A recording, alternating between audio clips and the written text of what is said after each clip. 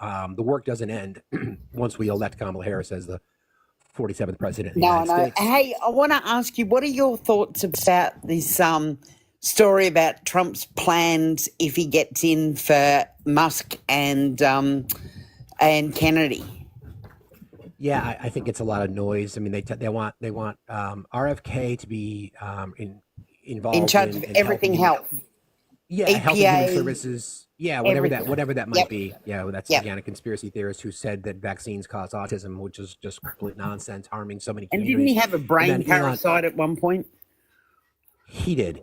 That poor thing Elon Musk starved, wants to put him in surely. charge of government efficiency. The guy who's ruined every company he's been a part of, and then takes Yeah. credit for it, and then just accumulated wealth. So they can do what they want. It just goes to show you, who would you rather have? People like that, or people in the Harris campaign? People like the brains that exist in the Democratic side. And it's just, I think Kamala Harris will do a reach out to certain Republicans to see if they can join her cabinet. I think that would be a good idea. We'll see though. Yeah, Kissinger would be good, and I hope what's her face? Miss Cheney? Who's that one? Cheney, yeah. She's on Yeah. a good path right now. Yeah, I mean, we'll see. I'm not. I don't agree with her politics. It would have to be the right position, but we'll see. But thanks for jumping in today, Helen. I appreciate you. No, and I watch you often, so I really enjoy your Thank you very much. lives. Thank you. Thank you so much. You got it. You have a good day. All right. I'm sure I'm going to get judged. Here comes the judgment. Good morning, Faxel Rose. Good morning. Happy Halloween. Happy Halloween. I just wanted to say, I was watching a video, I don't know whether it was last night or this morning, with a guy called Rory Stewart, who is an ex-Conservative Party MP. And he was talking specifically about Pennsylvania. And he was saying that Gen Z women are polling 16% higher for Harris than everybody else. They've also said that Gen Z men are polling 17% higher in Pennsylvania for Trump than everyone else, but the Gen Z women are 6 times more likely to go out and vote than Gen Z men. So interesting. I just think it's interesting that people are saying, well, the polling this, the polling that. You have absolutely no idea of how likely these people are to go out and vote. So the polling right now is all over the place. Someone just asked me what I'm wearing. I'm currently wearing my birthday suit for Halloween, but I will be getting dressed in just a moment. So that's it. But I just wanted to mention that because I thought it was really interesting. Appreciate you very much. I think we're going to dig into that a little bit later too, specifically around the gap. In particular, the gap's getting wider and wider. In Pennsylvania, it's nearly 400,000 vote lead going into election day. So that's big. That's big. Huge. Yeah, you can hang out if you want to. I'm going out for lunch. Oh, that's right. So you have fun. Yeah, I will do. But have a great day. I might see you towards the end, depending on how long lunch takes. But have a great day. Rock and roll. You too. Rock. Okay, I want to just play a little audio briefly. Again, we were talking about Donnie.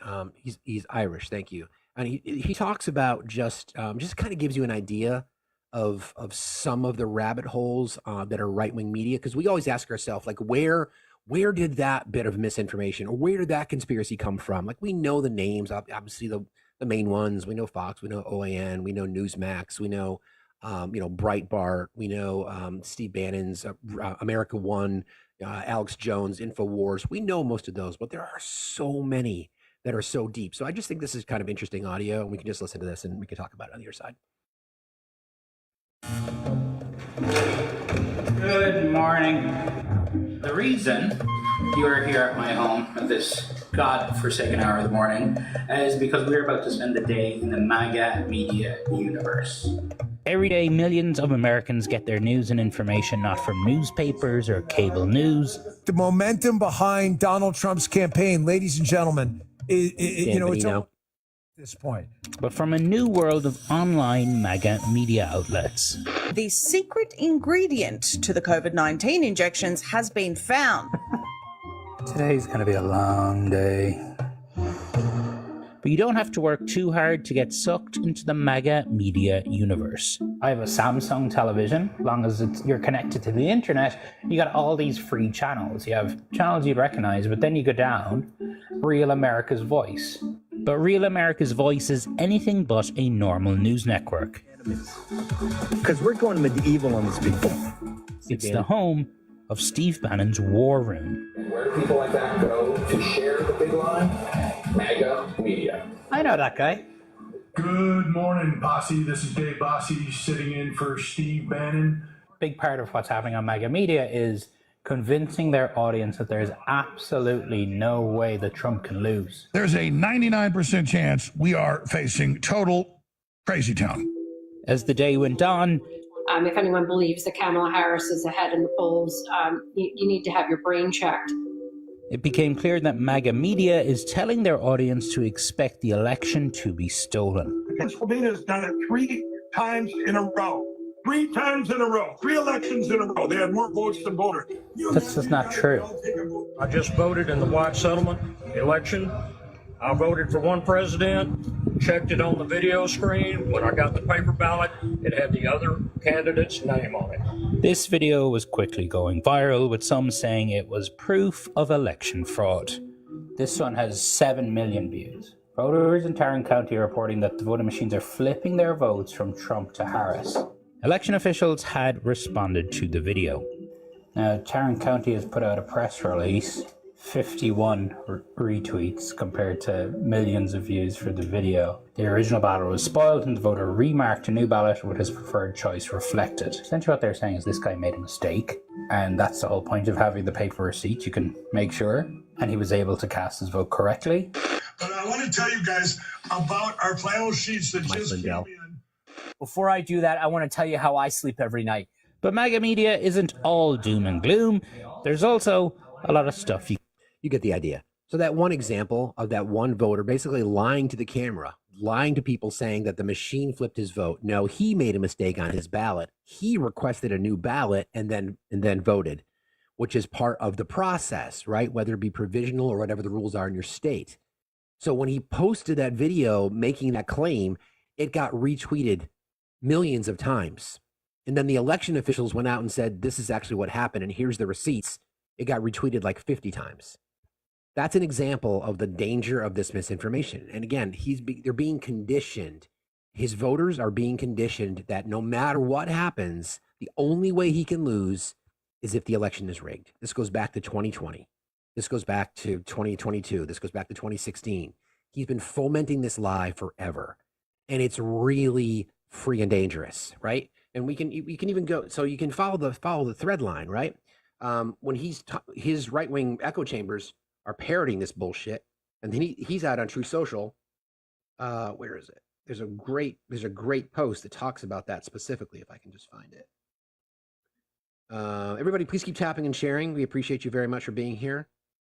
Hold on, I'll get back to it. But anyway, long story short, he's still holding on to that lie because that's all he's got left, because his voters are not able to comprehend the fact that he is a pathetic candidate.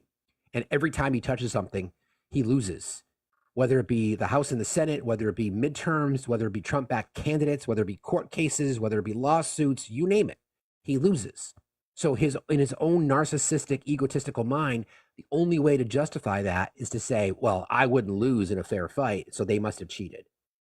It's disgusting, but that's just the reality of this circumstance. So we'll talk about that throughout the morning. Everybody, please keep tapping and sharing. Please consider gifting. Hi, Jess. Good morning. Awesome costume. Rock out. That is fucking so cool, Steve. You did such a good job. The hair and everything. What are you talking about? It's my natural locks. Back in the 60s? Did you actually have long hair? I did in the 80s. Used to have down to the middle of my back. actually. That's freaking awesome. I love that. I know. I'm just kidding. I was like 6 feet tall, like 145 pounds. I looked like a broom. You could turn me over and like mop the floors. You're not even that old. All right, so I just want to let the chat know I did reach my goal for the fundraiser because you guys are such an amazing community. So I did reach my goal for the fundraiser. There were a few items that people did not claim yet. So if you were still interested in continuing, we have until tomorrow. Anything left over, I am donating to Kofifi. I don't know if anybody knows who that is, but he is getting double eye surgery for his puppy. His dog needs it in order to live the next couple years. So I already donated some of the money to him that I had left over for my goal. So just keeping with transparency, just so you guys know. So this is, as Steve has in his background, we have it in our Discord. The rules are in there. It's very simple. If you see an item and you want it, the donations are in there, what the donation numbers are. And if you donate over that, then you will receive the item if you get it done by Friday. So I just wanted to let you guys know that I appreciate you guys and I love you so much, and happy Halloween. Also, YouTube is streaming. We are streaming live right now. I am going to have to start the stream a little bit later for the people who are on YouTube staying there or going back and forth, just because the music in the beginning is getting us kicked off. It's getting us copyrighted. Yeah, exactly. Yep. So just so you guys I saw know that yesterday. Yeah, I don't know how else to do it besides just to wait the extra 5 minutes, because I don't want you to stop doing that because it's awesome. So we will be starting YouTube 5 minutes after we start the live, just for future. Love you guys. Thank Bye. you, friend. I appreciate that. Thank you, Jess. And thank you, everybody, for helping out our friend. You guys are amazing. It's the special events section in our Discord if you're still interested in kicking in and helping. But thank you all very, very much for helping our friend Jess out. We wanted to keep her confidential, but I'm just glad she shared publicly. You guys are all amazing. Thank you so much for stepping up. We appreciate y'all very much. Yeah, it pretty much saved my life. So I love you guys. Bye. See you later. That's great. You guys are amazing human beings. I appreciate you guys so much for helping people out. That's what we do around here. That's really what we do. And I really appreciate that. Anyway, we'll get back into our some of the topics I want to cover on, but we've got some political mom will be joining us in a little while as well. Good morning. Nope. How are you today? Hi. Good morning. How are you? I'm doing fine. What's on your mind? Great. Yeah, I'm a Harris supporter, and I just wanted to quickly share my number one reason why. I fear that we're looking at 2 or 3 potential seats in the Supreme Court justice, and I don't think that we talk enough about that. I think some of Trump's first presidency, there was a lot of rhetoric, but there was always in the back of your mind sort of, okay, but we have guardrails to like keep him in line to make sure that things don't deteriorate to the point that like you could foresee him deteriorating. But if we're looking at 2 or 3 different seats potentially open in the next 4 years, then we're looking at a majority Trump appointed judicial system, one of our 3 branches of governments that won't go away, in the matter that we wouldn't see a change of in the matter of 2 or 3 decades to come. And I think that has a more lasting effect than anything that he could have done in his first 4 years. In his next 4 years, he could completely flip that. And you can drop me down. I just wanted to share that real quick because I don't think that's talked about enough. Yeah, I appreciate you jumping in. Nope. Thank you very much for your time this morning. You have a lovely day. Appreciate you. That's a really good point. We talked about this many times before, right? The Supreme Court. So there's already rumblings that Justice Thomas and Justice illegitimate Justices Alito and Thomas would resign or retire from the court if Trump were to win. So then the model then would be, obviously, he would appoint 2 younger, even more conservative, even more Federalist Society, Heritage Foundation backed justices, which would mean then without court reform that for the next 30 plus years, the court would have a conservative lean. And by design, it should be moderate. The court is not supposed to be political. It's supposed to be apolitical. So think of that scenario. And then Justice Sotomayor has battled some health conditions that she's had for quite a while. So we don't know what's going to happen there. So all of a sudden, The reality of this could be a 7-2 court majority for conservatives. That's what we're talking about here. So again, this is a call to people on the left, the progressive left, or even further left than me. You complain about U.S. policy towards Israel. I get it. But all the work that you've done in your local communities, propping up marginalized groups, being an activist, fundraising for great causes, you're going to throw all that away because of U.S. foreign policy towards Israel. Understanding full well that Donald Trump would turn Gaza into beachfront property and the Supreme Court would continue to take away the rights of American citizens. So just be sure your priorities are in line.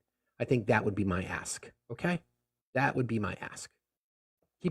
Again, perspective is really, really important.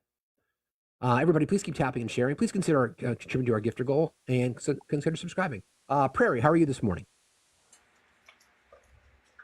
Prairie, how are you? Prairie Bon. That might have been a pocket dial or pocket request. Who knows? Good morning. How are you today? Hey, good morning. How are you? Happy Halloween. Fine, thank you. Happy Halloween to you as well. What's on your mind? Man, I've never been this hopeful in this election cycle like I am right now. I watched this lady, political fixer, yesterday, and she gave a deep analysis of how the election is going, and she believes we're gonna win like landslide. I'm just so hopeful, and I just hope, these coming days we should celebrate. Yeah, I'm not necessarily going to the landslide yet. I mean, you can certainly see a model where Kamala Harris wins every swing state. That would be all 7, the ones we talk about: Georgia, Arizona, New Mexico, Wisconsin, Michigan, Pennsylvania, Nevada. Sorry. You can certainly see that scenario. You could see a scenario where she loses a couple of those, but keep in mind, it's only going to take Pennsylvania. Everything else doesn't. The states. The peripheral, the Georgias, the Arizonas, they don't matter if she wins Pennsylvania, assuming that she holds Wisconsin, Michigan, and Minnesota. True. What's your take on them blaming Kamala for what Joe Biden said? Because that's what's going on right now. They just blame. I don't care. Joe Biden is not running for president. Doesn't matter. I think people that are hardcore MAGA, based on what we've listened to for the past 9 years and the horrible, despicable things that they've said. And they've tried to excuse it off by saying that Trump was just joking, or he took it out of context, or that's not what he meant. If the shoe fits, wear it. I should say, if the garbage can fits, wear it. Well, I just want to thank you for what you do. I always watch you every morning. You always start my day. But yeah, thank you. Hopefully, thank you very much for being here. Yeah, I appreciate you. You have a good day. I mean, again, you don't like the rhetoric, then don't participate in it. Sorry, you're so soft, MAGA. Good morning. How are you today? Hey, good morning. How are you? I'm doing fine, thank you. What's on your mind? So, 2 things. Actually, the first thing I have to say is I can't believe all the double standards that is going around with everything Trump said at Madison Square Garden and the garbage comment, and now they're picking apart what Biden said. It is ridiculous. Again, I could care less. Donald Trump has referred to me as the enemy from within because I disagree with him politically, wanting to use the U.S. military to round up American citizens, wanting to mass deport people by racially profiling, and MAGA's upset because Joe Biden called them garbage. Yeah. Shit, get over it. Exactly. Build a bridge.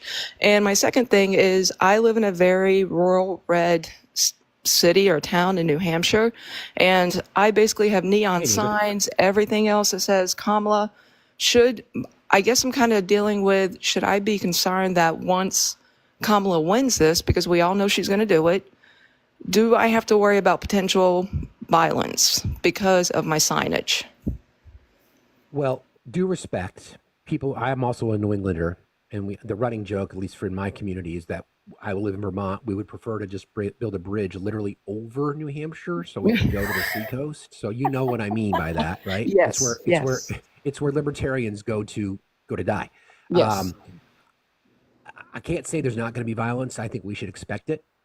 To be honest, I think we should expect it. All right. But this is the way I look at it.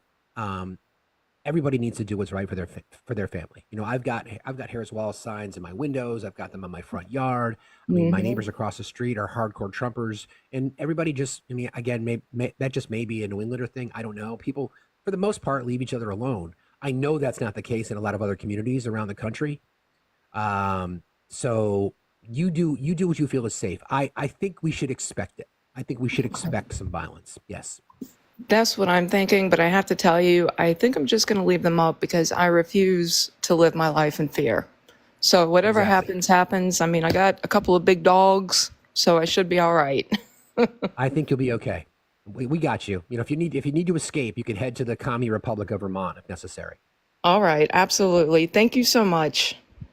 You got it. Thank you, Fred. Appreciate you being here. Thanks. Bye. Did I tell you guys the New York Yankees lost the World Series last night? Did I mention that? I think I might have. If I hadn't, just as a reminder, the New York Yankees lost the World Series last night. I'm just saying. I know it's tough. Okay. The stronger the feeling grew. Good morning, Kate. Like eyes were boring into What me. happened? Are you there? I am. Yes. Okay, perfect. I just wanted to share some information that I received like in the past 2 days that I thought was a little alarming. I'm originally from New Jersey, so we're like very, very blue. I now live in rural Michigan, and I'm a poll worker here. I received an email from the State of Michigan Voters Commission, and they gave us some new guide, a police escort to bring our ballots into the Capitol, which is a little strange. I've spoken to some of the women that have been doing this for 30 plus years, and they've never had any type of guidelines for like this possible interference in bringing the ballots in before, or this type of protection needed here like at our polling center. And it is definitely a little bit alarming. I don't know what type of interference they're expecting, but they want us to have a police escort, and this is the first time that this has ever happened here in this particular area anyway. Yeah, we know that there has already been some nefarious activities, people violating, the promotion of a candidate laws. Each state runs their elections differently. Certain states allow whether it be clothing or hats or signage within a certain distance. Some don't. We know that there are people that are, making threats. We know that there's voter intimidation going on. And this is kind of my point, right? If you could win an election based on policy, if you could win an election based on, your values and, your approach for America for the future, then you wouldn't need to do those things. You wouldn't need to intimidate voters. You wouldn't need to, have to worry about whether or not you need an escort, literally a police escort, just to exercise your constitutional right. I mean, they're probably just being really cautious, and I don't think that's necessarily a bad thing. Let's be overcautious based on what we've seen in the past. You know what I mean? Right, exactly. And like I said, I've spoken with, I'm the youngest one in this whole thing. I'm 36. Everybody else is in their 60s and 70s. And that's why I wanted to speak with them because, they've been there for these past 2 elections with him. And I wanted to know, like, if this type of precautionary thing has been done in the past. And they said that it hadn't. But I guess since we are in a swing state, since it's so important and we've already kind of started to see these things happening with the burning of the ballot boxes and whatnot, the fact that we're going to be escorted by police to the Capitol is a little, I think it's a little bit spooky. I mean, they've said this has never happened before. They've never had this kind of police presence before. It makes me feel safe and yeah. It's great that these things are being protected, but it's definitely a little bit spooky that they're already anticipating that there's going to be some sort of interference in bringing it to the Capitol. Yeah, when you see the examples of people, again, we have to think about this, right? Why would someone want to go out and burn ballot boxes unless they knew that the more people that vote, because this is the model, right? When Democrats turn out, Democrats win elections. Correct. The reason that we lost in 2016, that Hillary lost in 2016, in my opinion, Hillary wasn't the best candidate. I would agree with that. She had my vote. But people got apathetic. They didn't show up. You know, whether it be the Bernie Bros or whatever it might be, there was a group of people, by and large, that voted within the Democratic Party that didn't turn out, and a lot of people on the far left, right? And that's why we got Trump to begin with. So that's the cautionary tale. If you're convinced that you can't win an election based on policy or the character of your candidate, again, remember, elections are about contrast, right? Then you resort to violence, intimidation, voter suppression, burning ballot boxes, messaging from, that resembles 1930s Germany. That's what you got. That's what you get. So I would say it's a cautionary tale, but I don't necessarily think it's a bad thing. Yeah, no, I don't think it's a bad thing either. I think it's just definitely a huge eye opener for sure. Thank you. I appreciate it. I think we were dealing with a sane candidate. This wouldn't be something that we would be dealing with at all. I agree. Well said. I appreciate you coming in this morning. Thank you. Be safe out there. Thank you, you too. All right. I'm not going to bring up you, Nikki, because you have to sit in the corner and suffer the loss of your team. Good morning, Ben. How are you, brother? Good morning. How are y'all? Nice. Hold on. Let me give you a little love. You shoot it up in the bag. Beautiful. Beautiful. Great. Is that who it is? Is Doc Brown? No, they're actually going Beetlejuice. Oh, hey, now. That's that's I gotta great. paint my nails. There you go. Yeah. There you go. So just popping What's in on to your say mind good this morning. my friend? Happy Halloween. Happy Halloween. We're in the final stretch. 5 days. Yeah, 5 days. Yep. What and are I you will be seeing in glad when it's Florida? over. I did want to say though, because you were talking about the ballot boxes. So I talked with Will. I don't know if you've talked with him about that whole event. And so in Washington, when it happened, apparently they have fire suppression systems built into those. So only 3 ballots were damaged, and all 3 people were contacted and were able to come and we're going to revote. Oregon, there were slightly more, but none of them were unreadable. And so they were able to contact all of those people and hopefully get all of those people to come back and vote. So nothing was actually lost. That's great. I mean, I would imagine this is not the end of that. I'm sure we're going to see more things like that. I'm sure we're going to see more attempts at voter suppression and intimidation. I know each state obviously runs their elections the way they want, but it would be nice if there could be some federal protections for, again, open carry states that, you literally see people standing out there with their ARs in an attempt to intimidate voters. It's disturbing. It's just so disturbing. It's so disturbing. Yeah, it is. It really is. There's none of that should be allowed.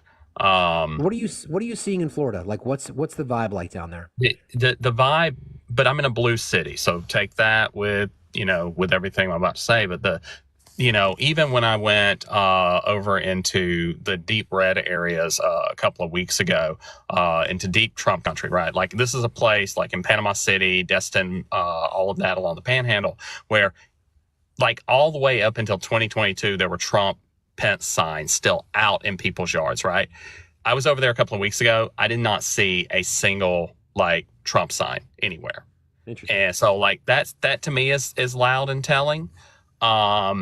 Because like I said, they left that shit up forever. There was a Trump store in Panama City, right? Like where they just sold just his merchandise. I don't know if that store is still there or not, but they're not as advertising it as I saw, in previous years. So for me, I think that's a good sign. But it's Florida. Like so many conservatives moved here because of Ron DeSantis, right? Sure. And a lot of liberals left because of Ron DeSantis. So I don't know how it's going to go. I'm really hoping that the marijuana initiative and the abortion initiative really drive out more progressive voters. Yeah, I know that Debbie Murkessel-Powell is running neck and neck with Rick Scott. There's a possibility that Senate seat might flip. I know Will's not ready to go Florida turning blue yet, but again, like you said, with 420 and abortion rights on the ballot, who knows? I mean, especially now that you start to see more anti-Hispanic rhetoric from Trump, going after marginalized groups. I know that the Cuban-Puerto Rican divide is an interesting conversation. But I just think, if you look at Miami-Dade in particular, you get a little bit of movement in that area then all of a sudden Florida's back in play again. So we'll see. Obviously, none of us are going to be able to see into our crystal ball, although Beetlejuice could.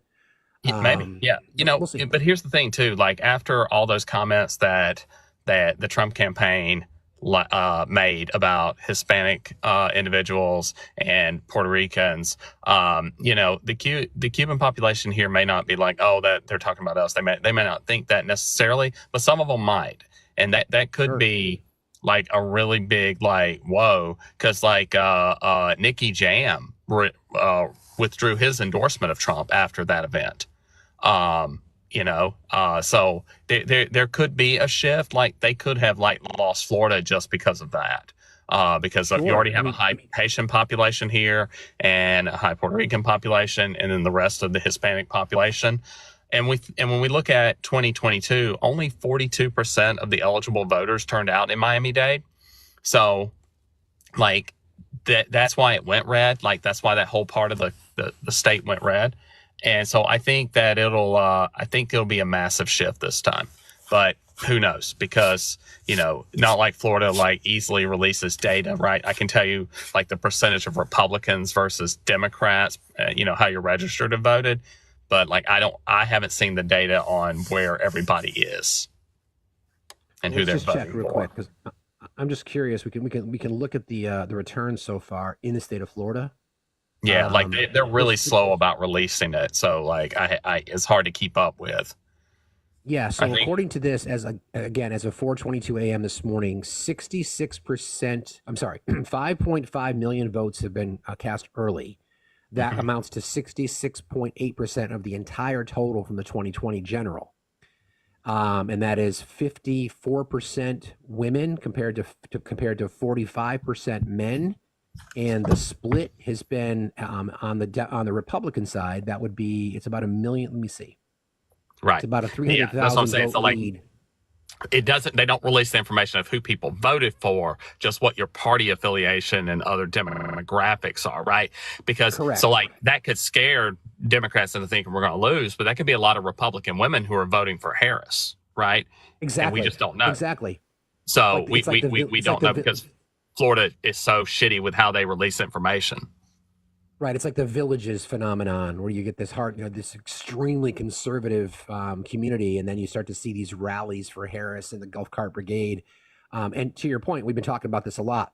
Just because there may be a lead for Republican-aligned ballots being returned, we know that there is breakage within the Republican Party not supporting Trump. Again, not every group is a monolith, as we know. We could assume that there may be some Democrats that peel off and vote for Trump, whatever that might be. It could be an RFK thing, who knows?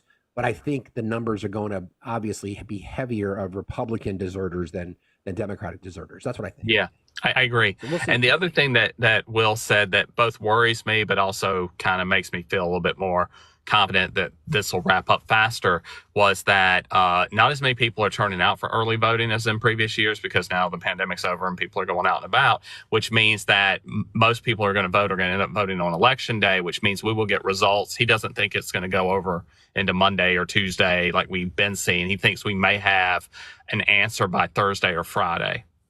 Yeah, I mean, it seems like, again, just because of the math is simple. If Pennsylvania counts their votes and she wins Pennsylvania, she's the 47th president of the United States. It's really that simple. Yeah.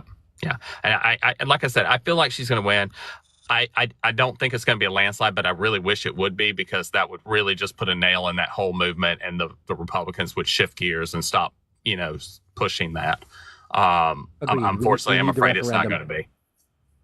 Yeah, I'm with you. I'm not so sure. I mean, really, again, it's hard. Like you said, it's the voter sentiment thing, the energy. You got to look at small dollar donations. You got to look at the fact that money's still coming in. You got to look at voter registration, endorsements from influencers. Think about J-Lo, Mark Anthony, Bad Bunny had tens of millions of followers after that Puerto Rican comment. Lin-Manuel Miranda. So we'll see. Yeah, we will. I'm more cynical, I think, because I didn't think there was any way that Trump was going to win the first time, right? Because even though, just like you, I didn't like Hillary. In the primary, I voted for Sanders at the time. but when the general came around, I held my nose and voted for Clinton, right? And I thought that's what we would see even Republicans do, because I thought we were going to have a Reagan to first Bush situation where the Democratic candidate was considered so inept, incompetent, not, enough to be in the office that Democrats would either not vote, or they voted for Bush, right? And I thought that's what we were going to see with Hillary from Obama, that we would have Obama 8 years, 4 years of Hillary, and then it would probably flip to a moderate Republican, somebody like Mitt Romney or whatever. But, and so like I kind of went into it kind of naive, thinking, yeah, she's got this in the bag. There's no way that Trump is going to win. And so now I'm a lot more cynical about my fellow Americans when I saw that they, because in no universe was Trump more qualified than Clinton. Like no universe, Agreed. And agreed. And the same thing exists today. Yeah. Well, and Harris is the most qualified candidate we've ever had. Agreed. Like she's still too centrist for me, right? Like in the primary, I voted for Elizabeth Warren, right? Like even though Florida always votes last in primary, so our primary vote does not count ever, right? So for primary, it's always a protest vote for me. And so I voted for Elizabeth Warren. That's who I wanted, because she was the one I viewed as the one most aligned with what I wanted. But Harris is the most qualified candidate to ever be on a ticket.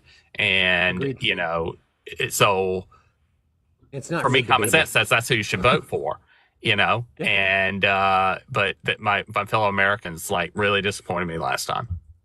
Yeah, but my biggest issue with Hillary Clinton, first of all, there were two things, because I saw somebody say Clinton was the second most qualified, and that may be true. My biggest issue with Clinton is my same issue with the Bush family. I don't like dynasties. Okay, so like technically the Bush family has had 3 presidents, and most of y'all don't know that because W's great grandfather was former President Franklin Pierce. His mother's maiden name is Pierce, Barbara Pierce. So there's been 3 presidents in that family. If the presidency is something any of us could aspire to, why is it always the same families like the Kennedys, the Clintons, the Bushes, who are always elected and running? Like I hate that shit. Yeah, I'm with you. I agree. don't like I think dynasties. there's a myriad of reasons. I status quo. I was tired of centrist. I mean, and let's be real. Kamala Harris is a status quo Democrat too, but I see her as the bridge to more progressive. Yeah, she's more progressive than Biden, and that's why I didn't vote for Biden. Biden, I have the same issues with Biden that I do with Clinton. They're too centrist, they're too moderate, they're too corporatized, but they were still both more qualified than Trump. Yeah. So the question was asked, if Hillary were to be elected, then that's part of the dynasty that we're talking about, right? So yes, we realize that Bill Clinton was the beginning, but electing another Clinton would be, again, revisionist history. Doesn't matter. 5 days into the election, Kamala Harris is the most qualified candidate there has ever been to run for the party, to run for the presidency, and she's gonna win. I'm gonna make the call. She's gonna win. Thank you, Beetlejuice. You go about your day and you solve world hunger, please. Gonna go do the thing. Have a great rest of y'all's day. You too, buddy. See you later. Yes, everybody's more qualified than Trump. Exactly. Everybody is. Sorry, Ben. That's right. Everybody, please keep tapping and sharing. We appreciate y'all very much for being here. Please consider subscribing. Please consider gifting. Please consider joining our Discord. And yeah. Good morning. Can't see your name. Hey, how's it Austin, going? how are you? Good. How are you? Good. How are you, man? Doing fine, thank you. What's on your mind? I don't know if you heard, but there was a young kid walking around the polls in, I think it was Palm Bay, Florida, with a Trump flag and a machete, trying to intimidate like the little old ladies and stuff that were going to vote. Yeah, I did hear briefly about that. That's another crazy, example of man. exactly what we're talking about. Yeah. Yeah. No, it's exactly what we're talking about, right? It wouldn't be necessary to do that if you felt like your candidate could win fairly. Yeah, exactly. Yeah. But yeah, I've been going through the ringer with my parents because they're like super Trumpers and stuff, and I have one of my siblings came out as trans more recently, and I'm like, man, you gotta think about her. Like she needs you to vote for her, because if you don't, you're gonna lose her. Correct. Like whether it be her going to jail or her just never wanting anything to do with you. But I think they're already kind of on that road because they post pictures of her when she, when she was before what she is now. And it's just, man, it breaks my heart. I check on her all the time though, because I know I'm probably one of the only support systems that she has. But she lives in Indiana and I live in Florida now, so. Yeah, no, I appreciate you saying that. I mean, again, there's other people that I'm voting for, and it sounds like that you're voting for too. Like I'm voting for members of your family. I'm voting for strangers. I'm voting for members of communities that have been oppressed by people who look like me. I'm voting for women to have the rights to their body. I mean, it just seems so simple. When you say it like that, you're like, Jesus, we have to prioritize that because our society, because there's a faction within our country that wants to take away our rights. It's disturbing to think about it. I mean, that's the exercise for all of us, right? Because November 5th, that's when the work really starts. This is not going away. Yeah, I want a referendum. I want a big win. I want 100 million votes for Kamala Harris. I want a huge win. I don't think that's likely, sadly. And that's because of voter apathy. That's because of people thinking, oh yeah, somebody else will take care of it. I don't have to worry about it. Somebody else will grab the milk on the way home. I don't have to get it. Well, this is about the reality of our society, that if we do not prioritize human rights, then they will be taken away in deeper than they've been already. The climate, all kinds of things that affect our day-to-day lives that most people who are not involved in politics don't get. So I'm voting for your family member. I'm voting for people that I don't even know. And I think that's the call to action for all of us. And I appreciate everything you do, man. You do a lot on here, and oh, sorry. I appreciate that. I appreciate that, brother. I was saying I appreciate everything you do. Thank you, man. I appreciate you very much. Be safe out there. Okay? Also, my wife is pregnant. Yep, you too. All right, buddy. Thanks a lot. I think that's the tale for all of us, right, you guys? That's the tale for all of us. We have to protect other people. Step up. Kathleen, how are you today? I'm doing well. How are you? I'm doing fine, thanks. What's on your mind? Good morning. I just wanted to, so I've been on here before talking about trying to talk to my dad about this whole thing, because he has always been very conservative, although he did admit that he voted for a couple of Democrats in his voting history. But we were talking yesterday about early voting. And I told him I have a mail-in. I live in Colorado. He lives in Wisconsin. I asked him if he voted yet. He said, oh, no. I don't believe in that. I'm going to go the day of. And he lives in a small community, so it's not going to be a big deal. But he had issues about mail-in ballots because he thinks that it's unsafe. And I told him, well, Dad, I walked it right into my county building and I put it right in the box in the clerk's office. And he was fine with it. But what's been really interesting for me to watch, and ever since the announcement was made for Harris, I've seen and felt a momentum, even in my community, which is incredibly conservative. We have a very conservative county here, but I've seen this momentum of people being excited, feeling united, just watching her rallies. I've never seen anything like that in my entire life, where people are showing up and everybody's showing up. I mean, I know there's still a lot of Trump supporters that are pushing back, and I sit at a couple of different organizations where we are, the men in the room are definitely Trump supporters, and they're feeling a little bit more uncomfortable about being incredibly conservative in their conversations because people are pushing back on them. And I really feel like it's forums and spaces like this where we can all come together and have these conversations and get educated so that we can speak back, that have made a big difference in this whole, these last, 3 months? Is it not even 3? I guess it's 3 months. So I really appreciate what you do, what all the other people on here do, getting the perspectives. I appreciate you saying that, Kathleen. That's kind of the point, and the work is just begun. So I appreciate you being here, and thank you for your support. You have a good day, okay? You got it. Okay, Nikki. Okay.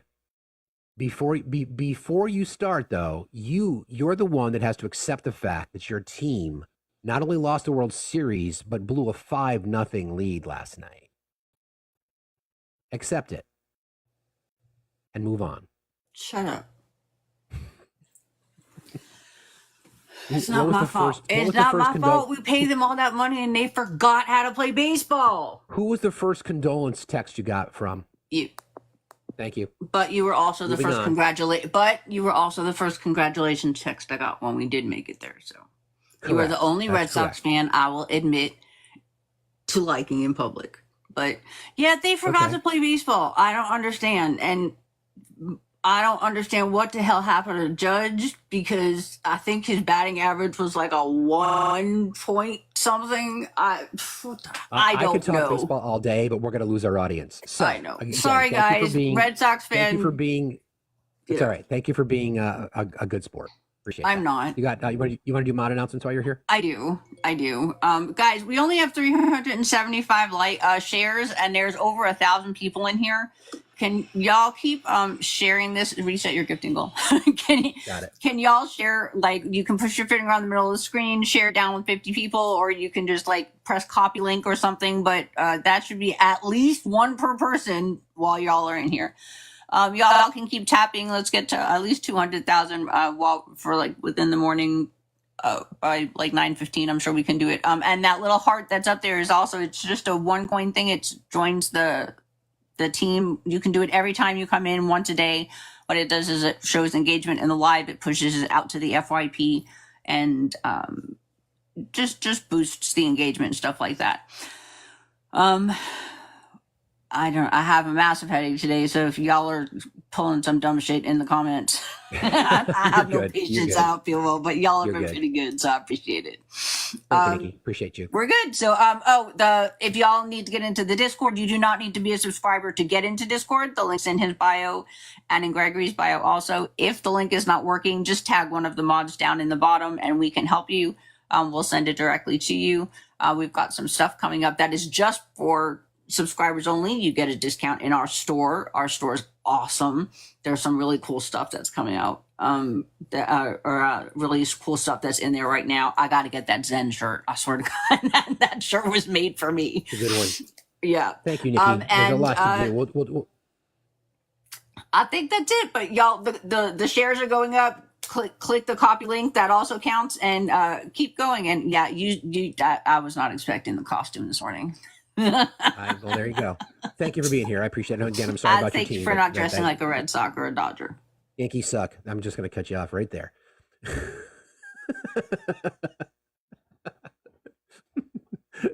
Everybody, thank you for participating. Appreciate that. Sinatia, how are you?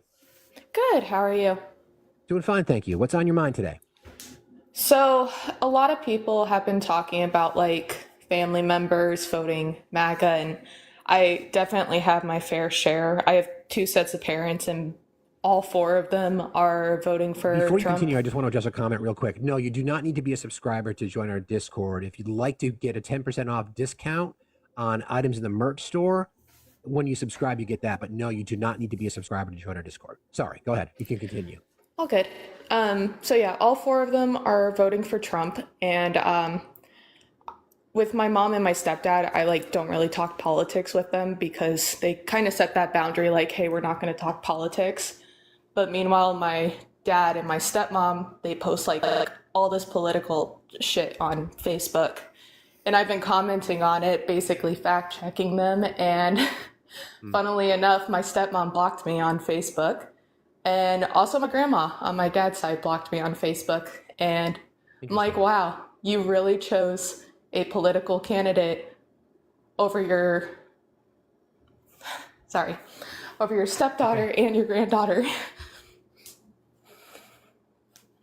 Sorry. No, you're good. It just makes me like so mad. You know what? At the end of the day, friend, it's their loss. Yeah. It's On the their bright loss. side, though. That's the choice. Sorry, go ahead. Oh, no, you're good. On the bright side, though, my stepmom's sister, my aunt, her and I have actually gotten reconnected after like not really talking a whole lot for the past decade or so, just because I don't visit that side of my family anymore. And she's voting for Harris. And she has been, sorry. It's okay. We got you. She's kind of been like my mom through this. Because she actually supports me. I don't know why I'm getting so emotional. Painful. That's why. Yeah. But she's been like so great. And we've been talking about how horrible Trump is and like how hopeful we are for Harris. And she is just as mad at my parents as I am. And, you know, even though you may have family members that aren't on your side, you may also have family members that you're just not aware of. And for me, that's what it was. And I told my husband this, who also voted for Harris, his first time voting, actually. So that was really cool. But I was telling him, I'm voting for the people that won't even vote for me. Because I want them to keep their rights. I want my sister to keep her rights, even though she's voting for Trump.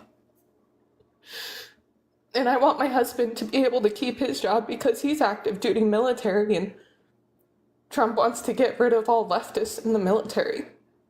I know. And he's been in for nearly a decade. And Trump would just throw all of that away. So, yeah, I just wanted to get on here and say, like, I understand that it's tough. I'm dealing with it myself. But hopefully we're less than a week away from herstory, so at least there's that. So, thank you for being so vulnerable up here. That's part of it. You, our mod team have sent, you're probably going to get a dozen direct messages with an opportunity, an invitation to join our Discord. That goes to I'm actually already in your Discord. Beautiful. That's great. There's all kinds of resources in there. There's one channel that we've dedicated to mental health. It's called Are You Okay? We monitor that. So if there's some things that are really getting you down, but listen, we hear it, obviously. And the reason that I think it affects us so much is because we can't imagine someone choosing a political candidate over a family member, right? The decisions, from what I've seen in these conversations, the decision to sever these relationships are coming from people who support Trump. You're willing to have conversations with them. You're willing to say, can we just, figure this out? But I'm asking you to vote for me. I'm asking you to vote to protect my rights. I'm asking you to vote to protect the rights of other marginalized groups, and you're choosing to not do that. I know that's painful, but that's the reality. That's the choice that they've made. And like I said, it's their loss, right? I agree. I definitely don't think I'll be visiting my dad and my stepmom like anytime soon, but I'll definitely go to the same state to visit my aunt. Because she's been like sorry that you're going the through only that, support besides my husband. Right. I mean, your heart's in the right place and you're doing what's necessary, and they're trying to suck the proverbial life out of us so that we, are suppressed or just have no energy or are unwilling to go to the polls and vote because of a lie. And I'm really sorry that you're going through that. I'm really sorry. I'm honored that you're willing to come up and talk to us about it, but and we're here. We're going to be covering the election all day long on election day, starting at 8 a.m. And if you ever feel like you want to come back and talk at any time, you know where to find us. I will. Thank you. You're welcome. Thank you very much for being Happy here. Halloween. Good luck. We got you. You too. See you later. Thanks a lot. Bye. That's the reality, friends. Yeah. There's a lot of those stories out there. We know it. Hi, Sheila. How are you today? I am okay. Thank you for accepting today. I waited for like 3 hours yesterday and you got off and I was sad. I'm sorry. Sorry about that. It's tough sometimes. It's I wish I okay. could talk to Stuff everybody. happens. You're good. Yeah. What's on your mind today? Well, I am friendly. I hopped on Pickles Live yesterday and asked him a question. and I was kind of curious to ask you. It was what I was going to ask you yesterday. Okay. Have you heard of Christopher Boozy? Christopher Boozy? No. Yes. Boozy, I'm not sure. Okay. Do you know Spoutable? Spoutable. No. I think it's another kind of like newer social site. Okay. I can see it now. Okay. Yeah, he's the one that started that. So he is a highly intelligent black man who follows politics and does like predictions of elections and stuff. And he apparently has a pretty good track record for predicting these kinds of things. He actually came out with his final prediction map for this election last night. And he is predicting that Florida will turn blue. And I'm just kind of curious what you think about that. I've gone back and I've gone on the record. If I were to stretch my prediction for the state of Florida, I would say that it does. If I had to put money down on it, I don't know if I would go there just yet. I think the difference is this: is as we start to get closer. I mean, I know 5 days. We're still in political terms, a lot can happen in 5 days. But you really got to be mindful of. Yeah, we have to be mindful of turnout. Like I'm reading. I found Christopher Boozy's site on X, and they're talking about, and this is an example. So mail turnout in Pennsylvania for Trump has been a disaster. Unless this changes, Kamala Harris takes Pennsylvania and it's over. Charlie Kirk, early vote has been disproportionately female. If men stay at home, Kamala is president. It's that simple. If you want a vision of the future, if you don't vote, imagine Kamala's voice cackling forever. Men need to go vote now. So that's desperation. Yeah. That is desperation. So with Florida, we were talking to our friend Professor Beetlejuice Bend Out Arrow earlier about with 420, legalized 420 and women's rights to their body on the ballot. And you've got a strong Senate candidate in Debbie Murcaso-Powell. You've got all the attacks on the Hispanic community from Trump and his right-wing allies. These are all favorable things for the state of Florida. It's a big lift, though. It's a big lift. You've got to flip voters in that state, and that's always a challenge. Yeah. So we'll see. We'll see. Okay. Yeah, I was just like, I'm so hopeful, and it would make me really happy to see Florida turn blue. I actually live in Wisconsin, and it's going to be close here. It's always really close here. And yeah, I mean, the thing to think about, though, we can look at this. So we can look at the state of Wisconsin because we've got some data on votes that have been returned so far. So in Wisconsin, for example, it still disproportionately favors women in every single state we've looked at. So in Wisconsin, 51.3% of the votes returned so far of the 1 million votes that have been cast early have been by women compared to 42% for men. And the party split favors Democrats by by 150,000 vote. Is that right? 150? Let's see. About almost a 150,000 vote margin. So yes, it's going to be close. We should assume that. But when you start to see every trend favoring women and Democratic specifically votes, and we do know that a lot of Republicans are not going to vote for Trump. So read the tea leaves, right? Read the tea leaves. I'm trying to stay optimistic. I actually work for the Wisconsin Democrats for another couple of weeks anyway. And we have been told that like the last couple of presidential elections have literally come down to 3 votes per ward. Like that was all the difference there was. It's less than a percentage point. I'm really hoping we blow that out this year. It would make me so happy. I agree. This is what it takes. Voter activism. Let's get that number to 65, 68, 70%. Can you imagine if we had a number like that of registered voters that participated in our democracy, what that would look like? Because the right knows the reason they suppress the vote, the reason they want to intimidate voters, the reason they want to change, not be able to hand out water and food in line is because when Republicans show up to vote, when Democrats show up to vote, they lose. The Republicans lose when there's a high voter turnout. So But keep the faith, Sheila. Keep the faith, okay? Keep the faith. I'm trying.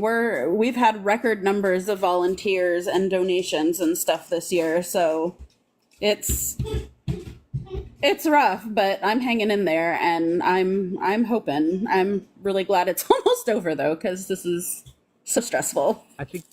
I think we all are, but this is with all the work that we've all been doing, all the volunteering and the phone banking and the canvassing and conversations like this and whatever it might be.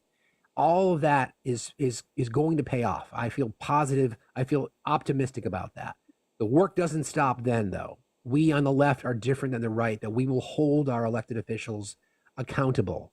We will make sure that we're having conversations with constituent services for our representatives in the House if they're voting against things that they say they wanted to vote. Ask for explanations. I'm very fortunate living in a small state with one representative. I've literally had phone calls with my representative and ask for explanation. The TikTok ban, for example.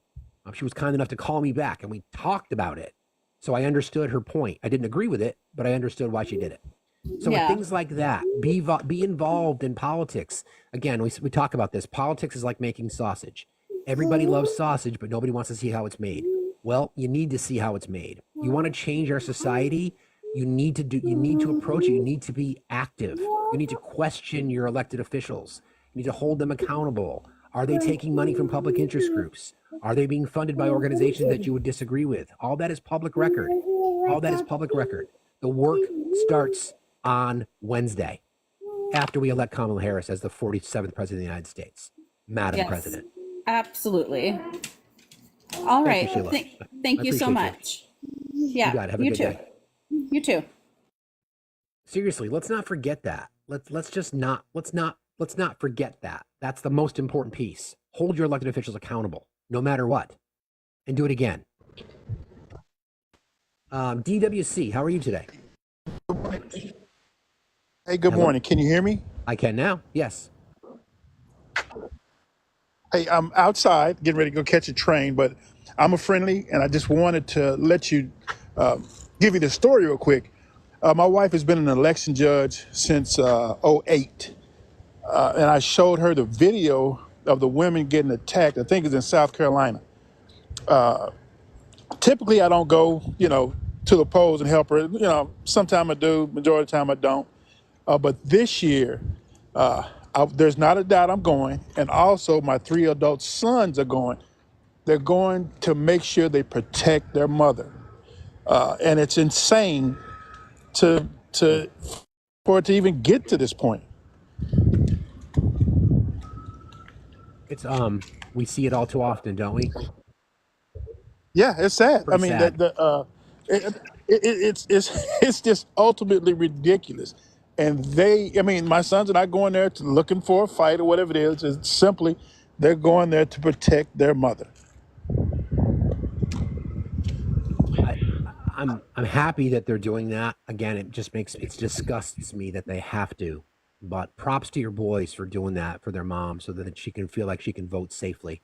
Another reminder, I don't mean to sound like a broken record here, but if you had a party and policies and a political platform and an ideology that was popular, that people wanted to support, you wouldn't need to intimidate voters.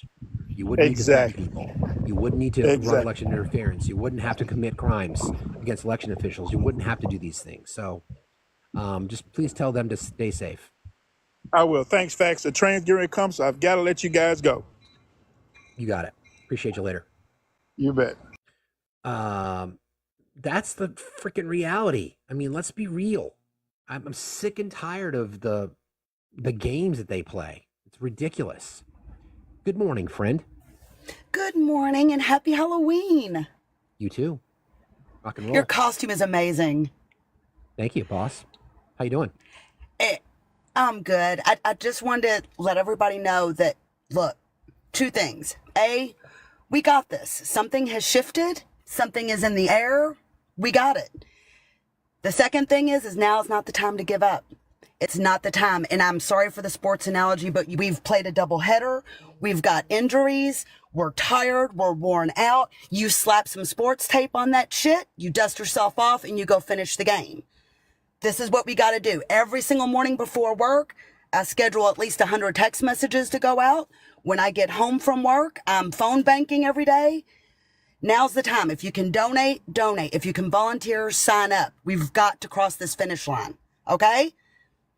I just want everybody to keep their chins up and keep fighting. That's exactly right, Cookie. Thank you so much. Cookie's one of our mods, an amazing human being, does so much for so many people. Our community would not exist without her. So everybody, take this moment. Blue hearts in the chat for mods. No. Everywhere. Because No, I'm a yes, horrible take human your being. flowers. Take your flowers. Take your flowers. Okay. Thank you. Thank you. I love you.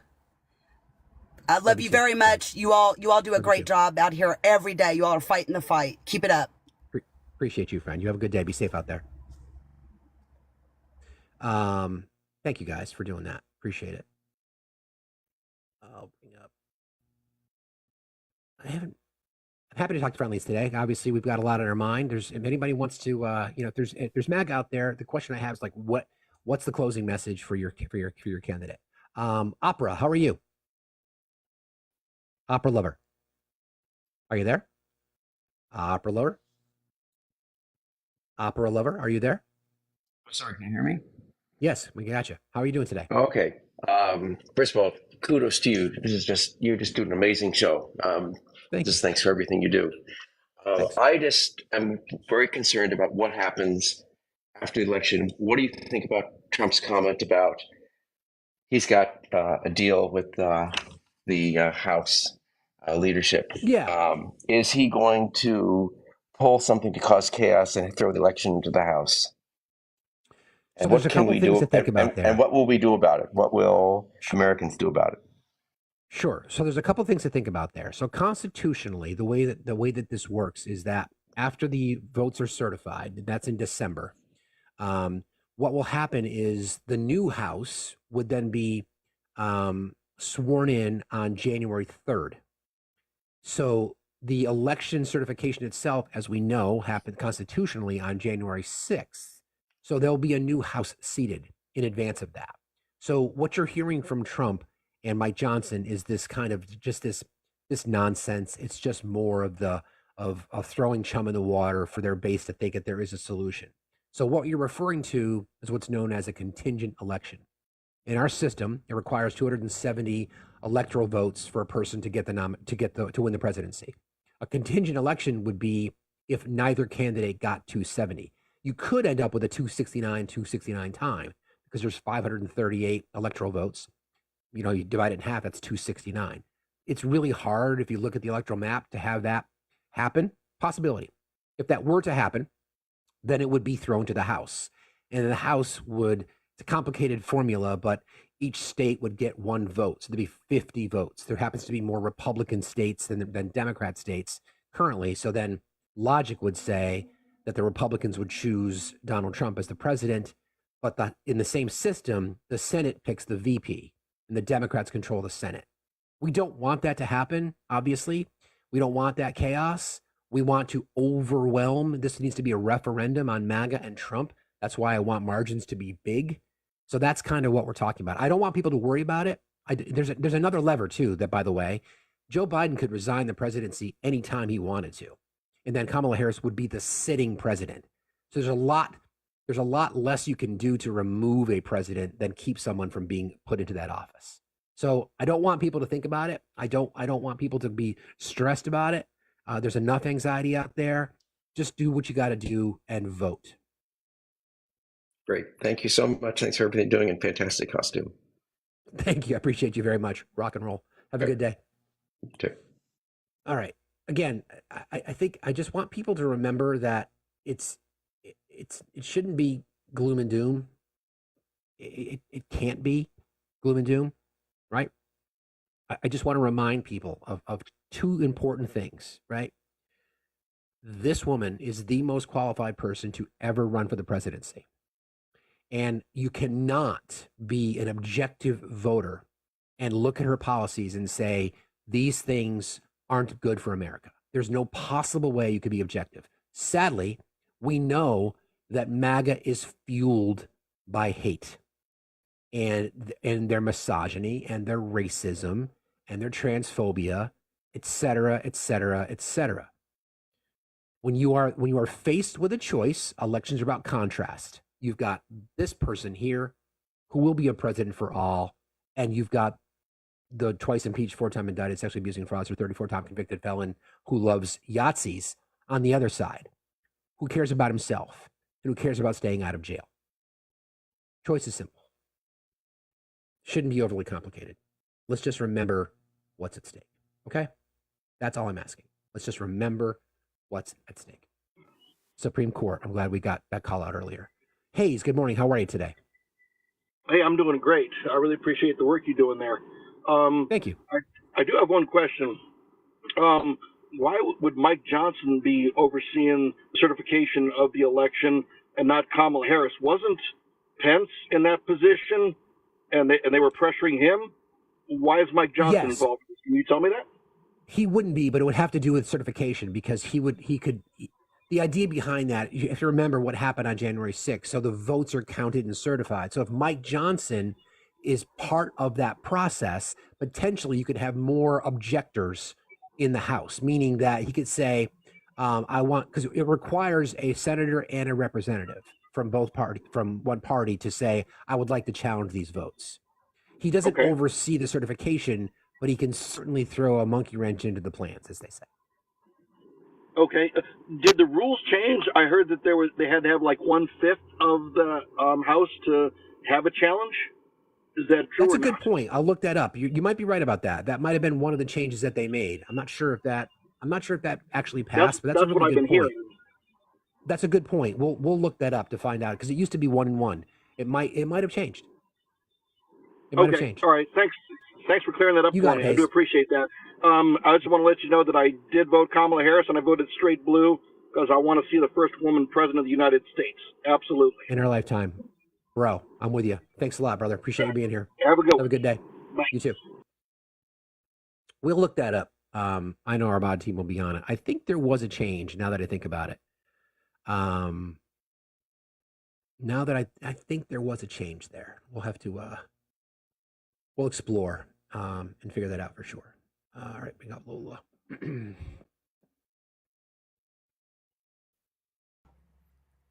Good morning, Lola. How are you today? Oh, no way. Oh, I'm sorry. I'm absolutely friendly. I love you. I'm sorry. I'm getting dressed in my costume and I was tapping away and I got carried away. How are you? I'm fine. How are you? I'm good. I'm going to be Betty Boop today. I like your costume. Thank you. We always love Betty Boop. Anytime Betty Boop shows up, that always brings a lot of smiles. So good for you for Betty Booping. Oh my gosh. I went to a live that was hosted by the right, and the amount of misogyny. Nobody could hear me speak. I told them I needed a voice translator that deepened my voice and to put up a picture of their orange daddy. I'm sitting here with policy. I'm sitting here respectfully trying to have a conversation, and the amount of disgusting, like just attacks and just misogyny was, So then I saw you were on and I was like, oh my God, am I a safe place? I'm going to go and just feel love for a minute. I really didn't mean to like saying that. We really do I appreciate appreciate you saying that. Thank you. Stay well. Thank you for saying that. Thank you for your kind words. You too. Have fun today. Be safe out there. Thanks, sir. I'd love to hear that. I'm going to bring up Blue Dot for a second because I think you had some. I think it is 1/5. Now that I remember that, but I think it's 1/5. So they changed the rules, which makes it a little even more complicated for people to have to, try to subvert democracy. Good morning, Carl. How are you today? I'm doing good. Can you hear me? I can. I voted for Harris in Kentucky. Excellent. And the biggest line I've ever been in. This morning. Yes. Really? That's fantastic. I vote on every election, even though I'm a Democrat in a big red state. Do you live in a red or a blue area? It's kind of a blue.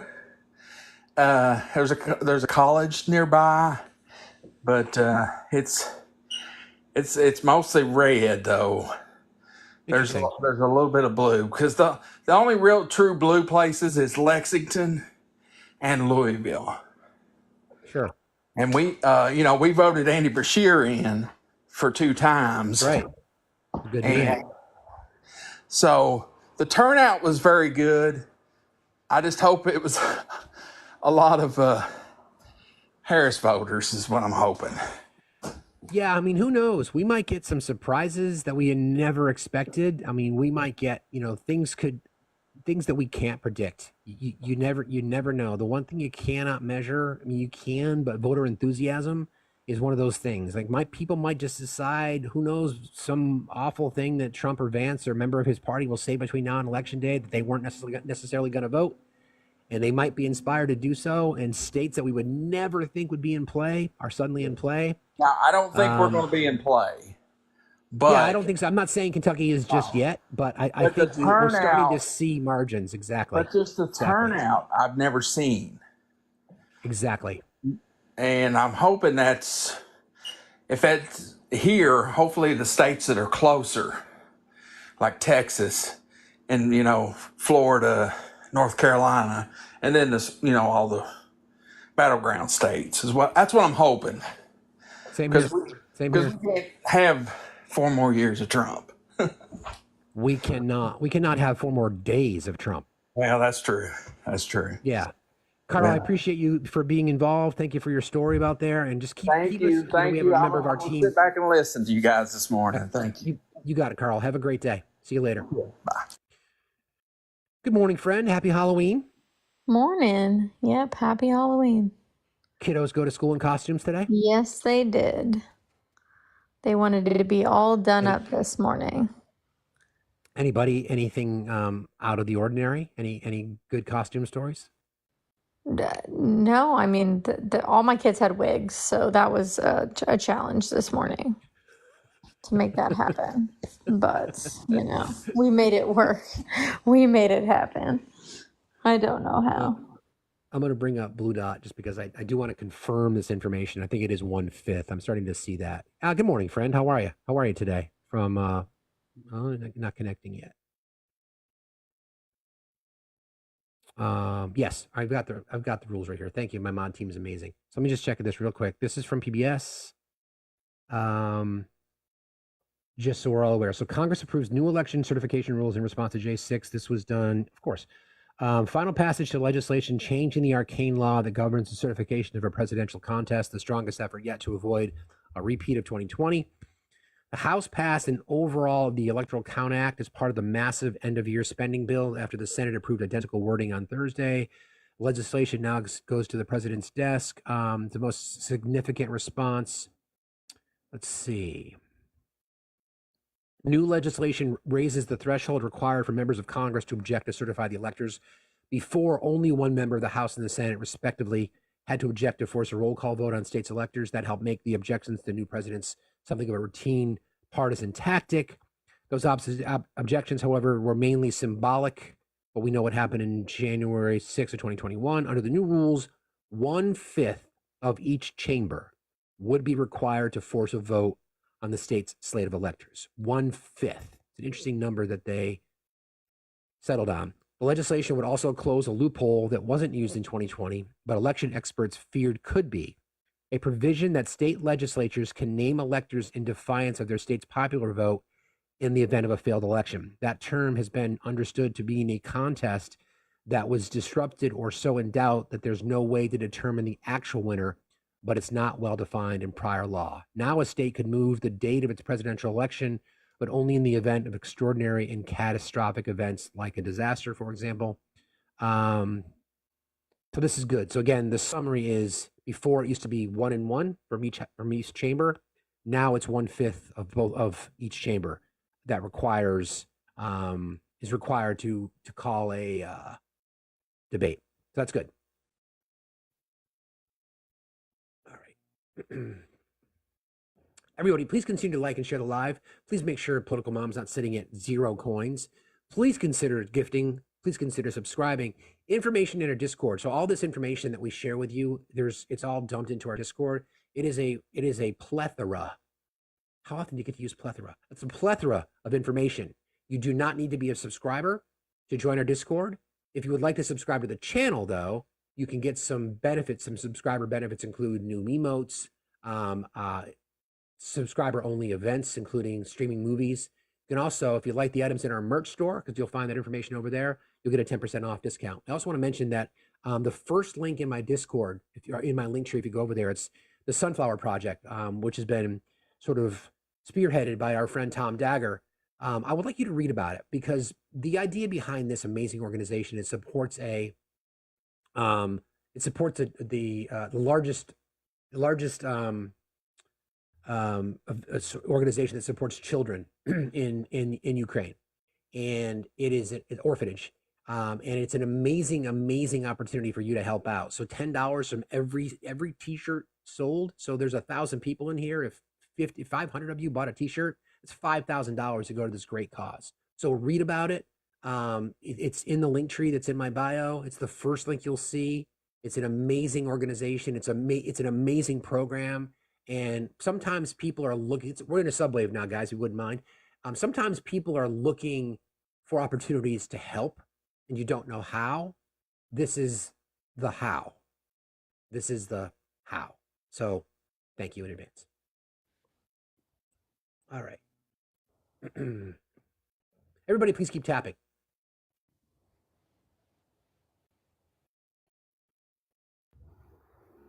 CYB, how are you today?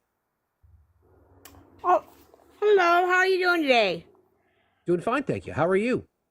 I'm fine. Yeah, your costume reminds me of my youth.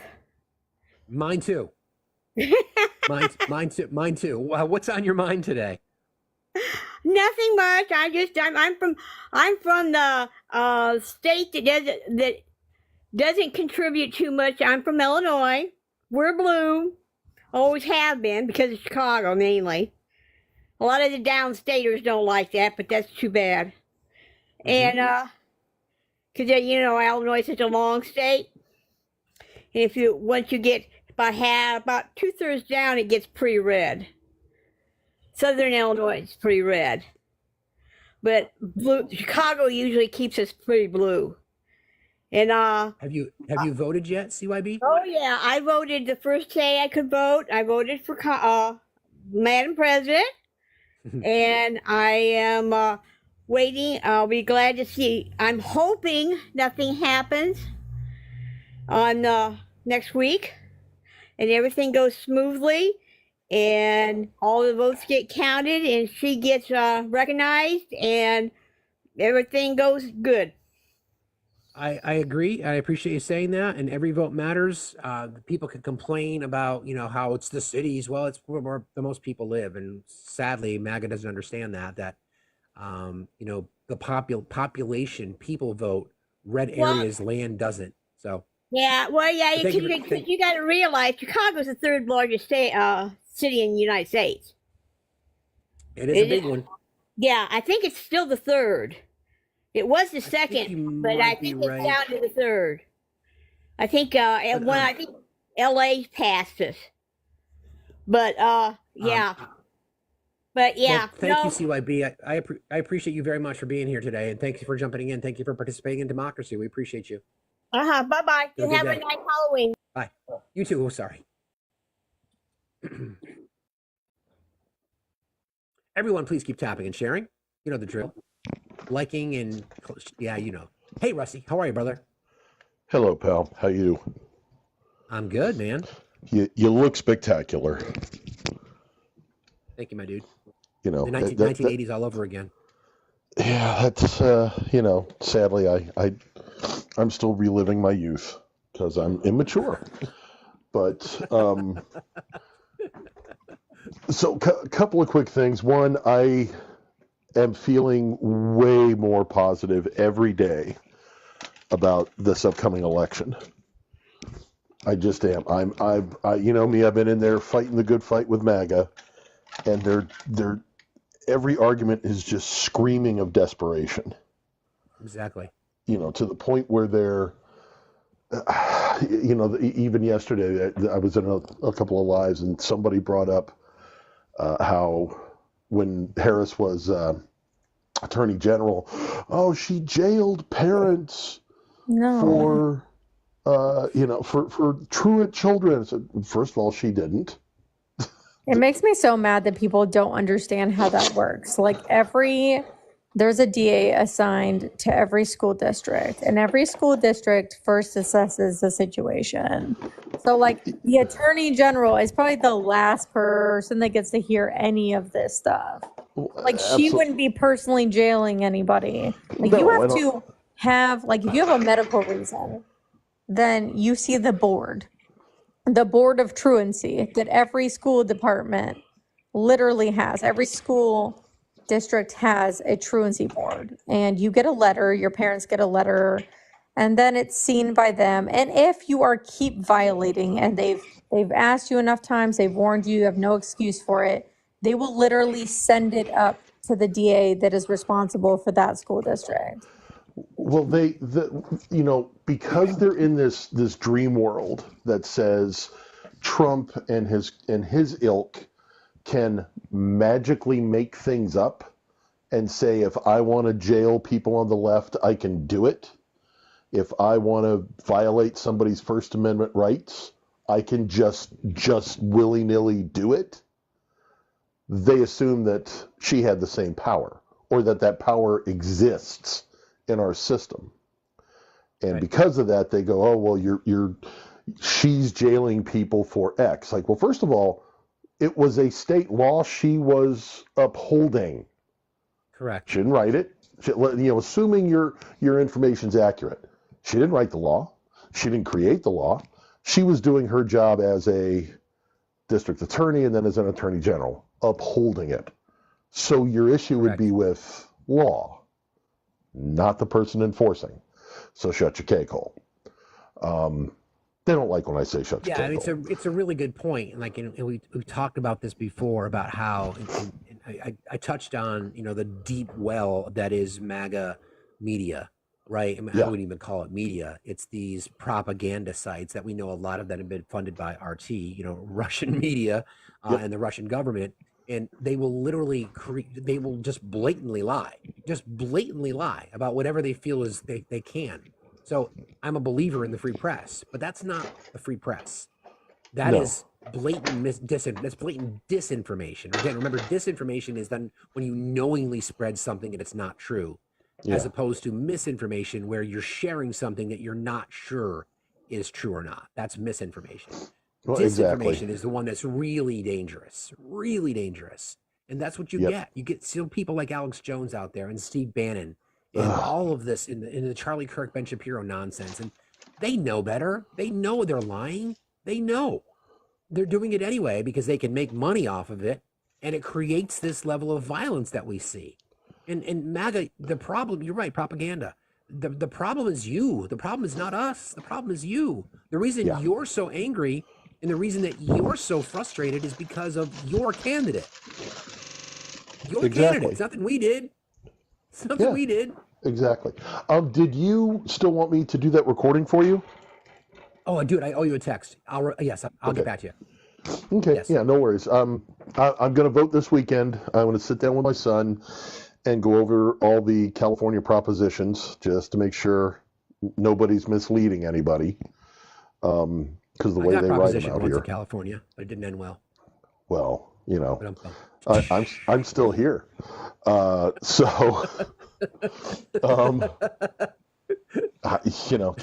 waiting for the propositions. I just wanted to hop in and say hi and thank you, my dude. And then after I know you saw my video after careful consideration of that speech.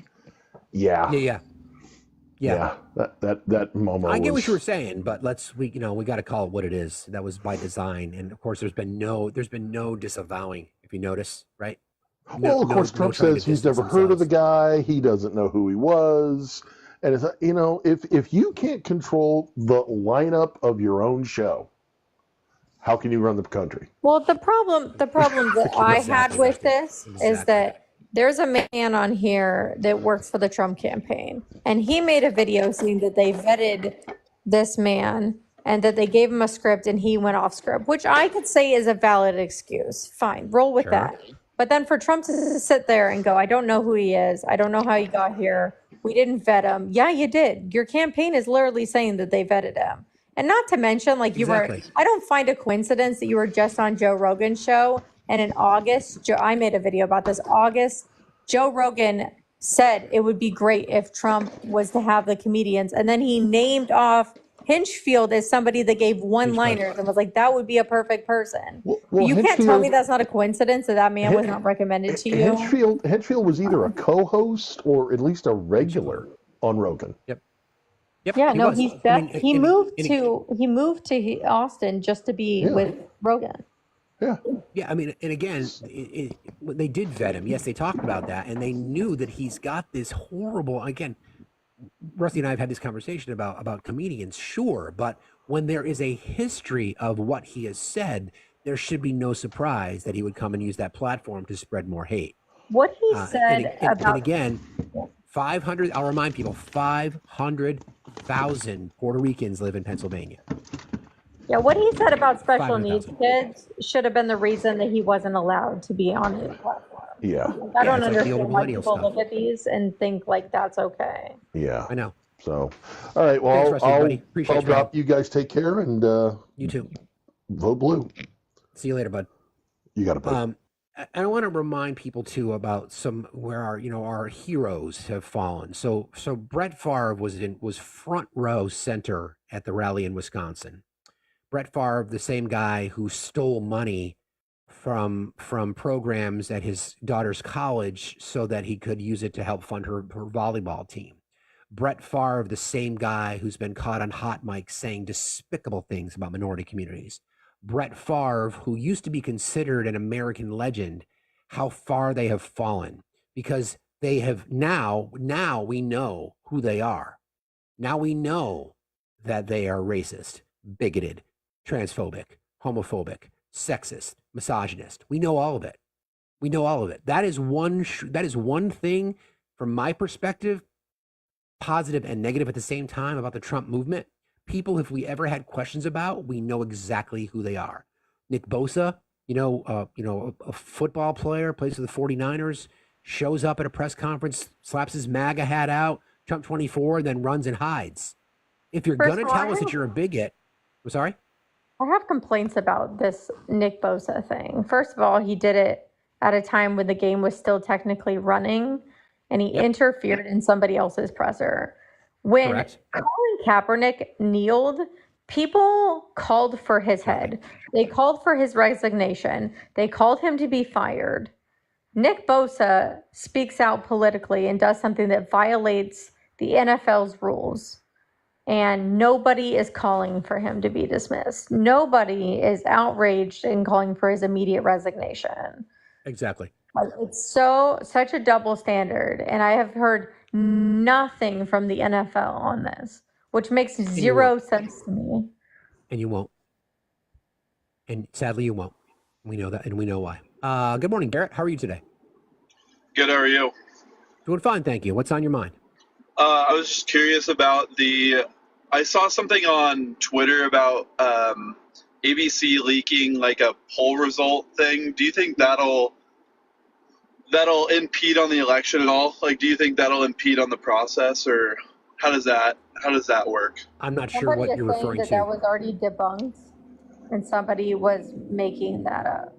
It was a made-up images, and somebody is saying that they altered it from the election in 2020 to say Harris's name. Gotcha.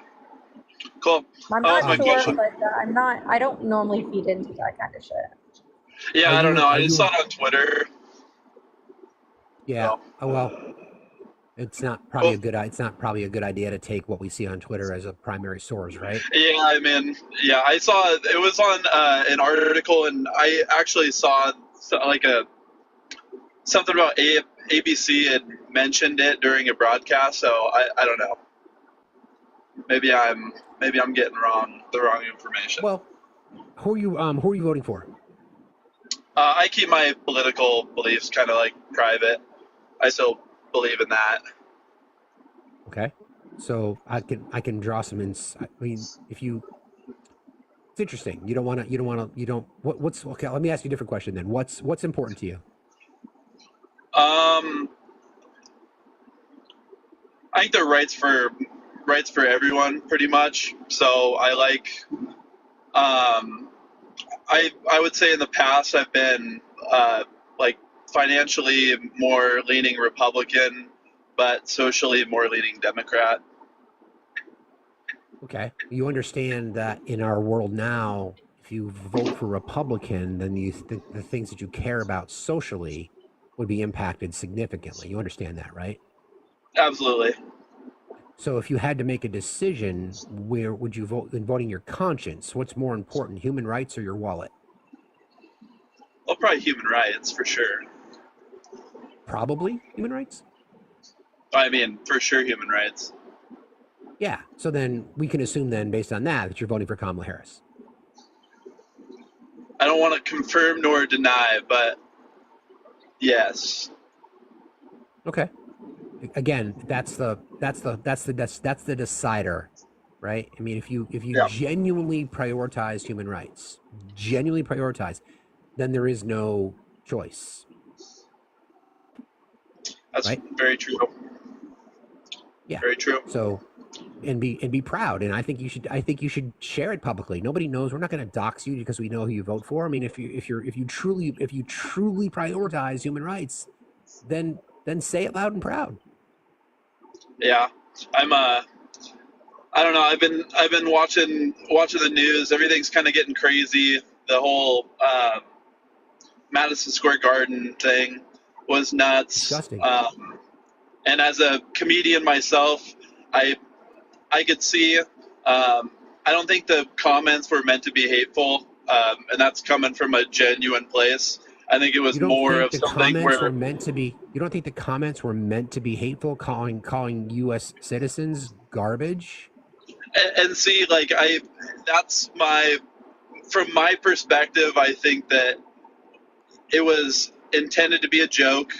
I don't think it was in the right place. I don't think it was right, and I think it was in bad taste. But I don't think it was inherently I don't think he was inherently trying to offend anyone or spread What about the watermelon? I would have said that about any other comedian if I didn't see his past, right? Exactly. And like watching what he said in the past and like recently is disgusting. That's not somebody that just like, oh, I accidentally said these things. Like, let me just read you this. He tweeted this as a comedian. He said, I bet the best part of having a retarded child is not having to buy it Christmas gifts. Hashtag, do they know it's Christmas?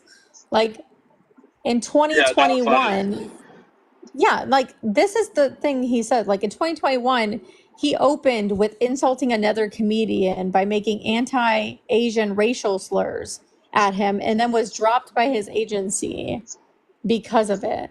Then he tweeted out, "Any want to go halvesies on a slave." Like these are things that this man has said. He was vetted, and they knew he was this type of person. Like this isn't a new thing for him. So him making the jokes, they're not jokes. They're like actually what he thinks is funny to people, but it's not. It's insulting. That's his whole spiel, is to be insulting to people, to communities, to anybody, because he thinks that's comedy. Yeah, and Garrett, what about the watermelon comment? I didn't hear that either. So why were there no jokes directed at YT people? I don't know. So he has a show every Monday that I've watched since I became a comedian because it platforms people who are trying to get a start in comedy. So I would say, like, in general, I've watched hundreds of episodes, and he, like many comedians, goes after every group. And it's kind of like spreading. He doesn't just target one specific group of people. But he did at this rally. And I can agree with him. How come there were no jokes about YT people? How come it was blatantly obvious that? Do you know the history of the rally at Madison Square Garden? Do you know the historical reference? No, I don't. Do you know what the Bund movement is from the 30s? No. American Yahtzees. They had a rally in February of 1939 at Madison Square Garden that was literally this very, very, very similar rhetoric. And gotcha. Do you think do you think it's a coincidence? I mean, I don't want to look too far. I mean, something from the 30s, I don't want to look too far into it. Because I don't really know. I don't like to draw conclusions based on just like not knowing why someone did a certain thing. But yeah, Garrett, you got to stop being blind. I You got to stop draw being that connection. Garrett, you got to stop being blind. Okay, I mean literally. Let's stop. Okay, let's just stop. Okay, the reality of the circumstance is it was by design. You don't campaign a week before the election when you're gonna in a state where you're gonna lose by 16 votes or 16 points or more, and you know full well what happened at Madison Square Garden in 1939, and you invite people up there who are proudly claiming to be Yahtzees and white supremacists, and you have a comedian who goes after marginalized groups just like Trump and his minions have been going after forever. You got to stop excusing it away. You've got to stop. Yeah, I mean, I probably just don't know enough and probably didn't watch enough of it to like make that claim or make that kind of connection. So, yeah. So then you're not voting for Harris. You're going to vote for Donald Trump. That's not what I said. Yeah, I'm done talking to you. It's just fucking ridiculous. I mean, give me a break. Brian Lavery, you need to jump in the box, friend. You got a lot to say, but you're probably not brave enough to make a request. That'd be my guess. I mean, let's be freaking real. I mean, for people to try to sit there and be like, well, I'm not sure. I mean, give me a break. That's just nonsense. Come on. You guys got to do better than that. Do better. Just do better. My goodness. Accept what it is, okay? You don't want to be called garbage? Don't be garbage. You don't want to be called a racist? Then don't align with racists. You don't want to be called a bigot? Then don't say bigoted things. If you're going to just exactly own it. If you're going to be that way, just own it. Say, you know, I'm a bigot, I'm a racist, etc. Run down the list. Because we all know. We all know. We see it every single day. We see it every single day. Just stop. Just stop and just accept it and live with it. And when your guy loses, lick your wounds and climb on more hateful rhetoric. Good morning, Ash. How are you? Good morning. I'm good. How are you doing today? Doing fine, thank you. What's on your mind? Well, I'm here in Texas, and I'm 38 years old, and I just voted for the first time for Harris. That's wonderful. Yay. I'm in Texas too. Oh, good. We need all the votes we can get here in Texas, and I think we're going to surprise a lot of people. I don't know if political mom's quite there just yet about Texas. Yeah, I'm not there on Texas Oh, yet. I think that 2028 is going to be the time that we could potentially, if we had a nominee in presidency that could win it, I think we could. Just because here's why I think Abbott it's will be gonna up be a in surprise. 27, so we have to realize that. Yeah, but here's what I'm thinking about Texas. Yeah. We have so many women here who are just flat out they're plain scared to say who they're voting for out loud, and they're not going to tell anybody even after they vote. These are people that have MAGA husbands, people who have extreme MAGA family who are going to say something to them, but they have their own thoughts. My whole family is MAGA. It's ridiculous. My own mother. Can I tell you all a quick story? Sure, go for it. When I was, so I'm in Texas. The AB laws here, as everyone knows, are horrific now. When I was 17 years old, I got pregnant by a boyfriend who sexually abused me several times through years. When I was around 5 months pregnant, I started having pains. I went to the ER, they did a scan, and they realized that he had severe hydrocephaly. Basically, he had no brain. They told me he would not live, and so that I would I would need to get an AB. At that time, it was going to be a D and E. My parents convinced me that that's what I needed to do. They said, this is what's right. You don't want your child to suffer. And that was the hardest choice that I ever made in my life. And it took, I mean, I still think about it to this day, but still, I had that choice at the age of 17 to do what was right for the child inside of me. And right now, I have 4 children and I have 3 with a uterus, and they do not have that right. If something like that terrible would have happened, they do not have that right. They would suffer, or they would unalive in the process. And I don't understand how anybody in another state can say, oh, just move to another state. Okay, that doesn't always work like that. You have your whole family in this state you've been born and raised in this state. You can't leave this state for an AB, you know? I'm really worried about the women here, and everybody deserves rights. I have 2 children that are in the community. I have 1 non-binary child. I have 1 bisexual child, and I'm in the community myself. I'm bisexual. We cannot let this man win. He'll destroy us.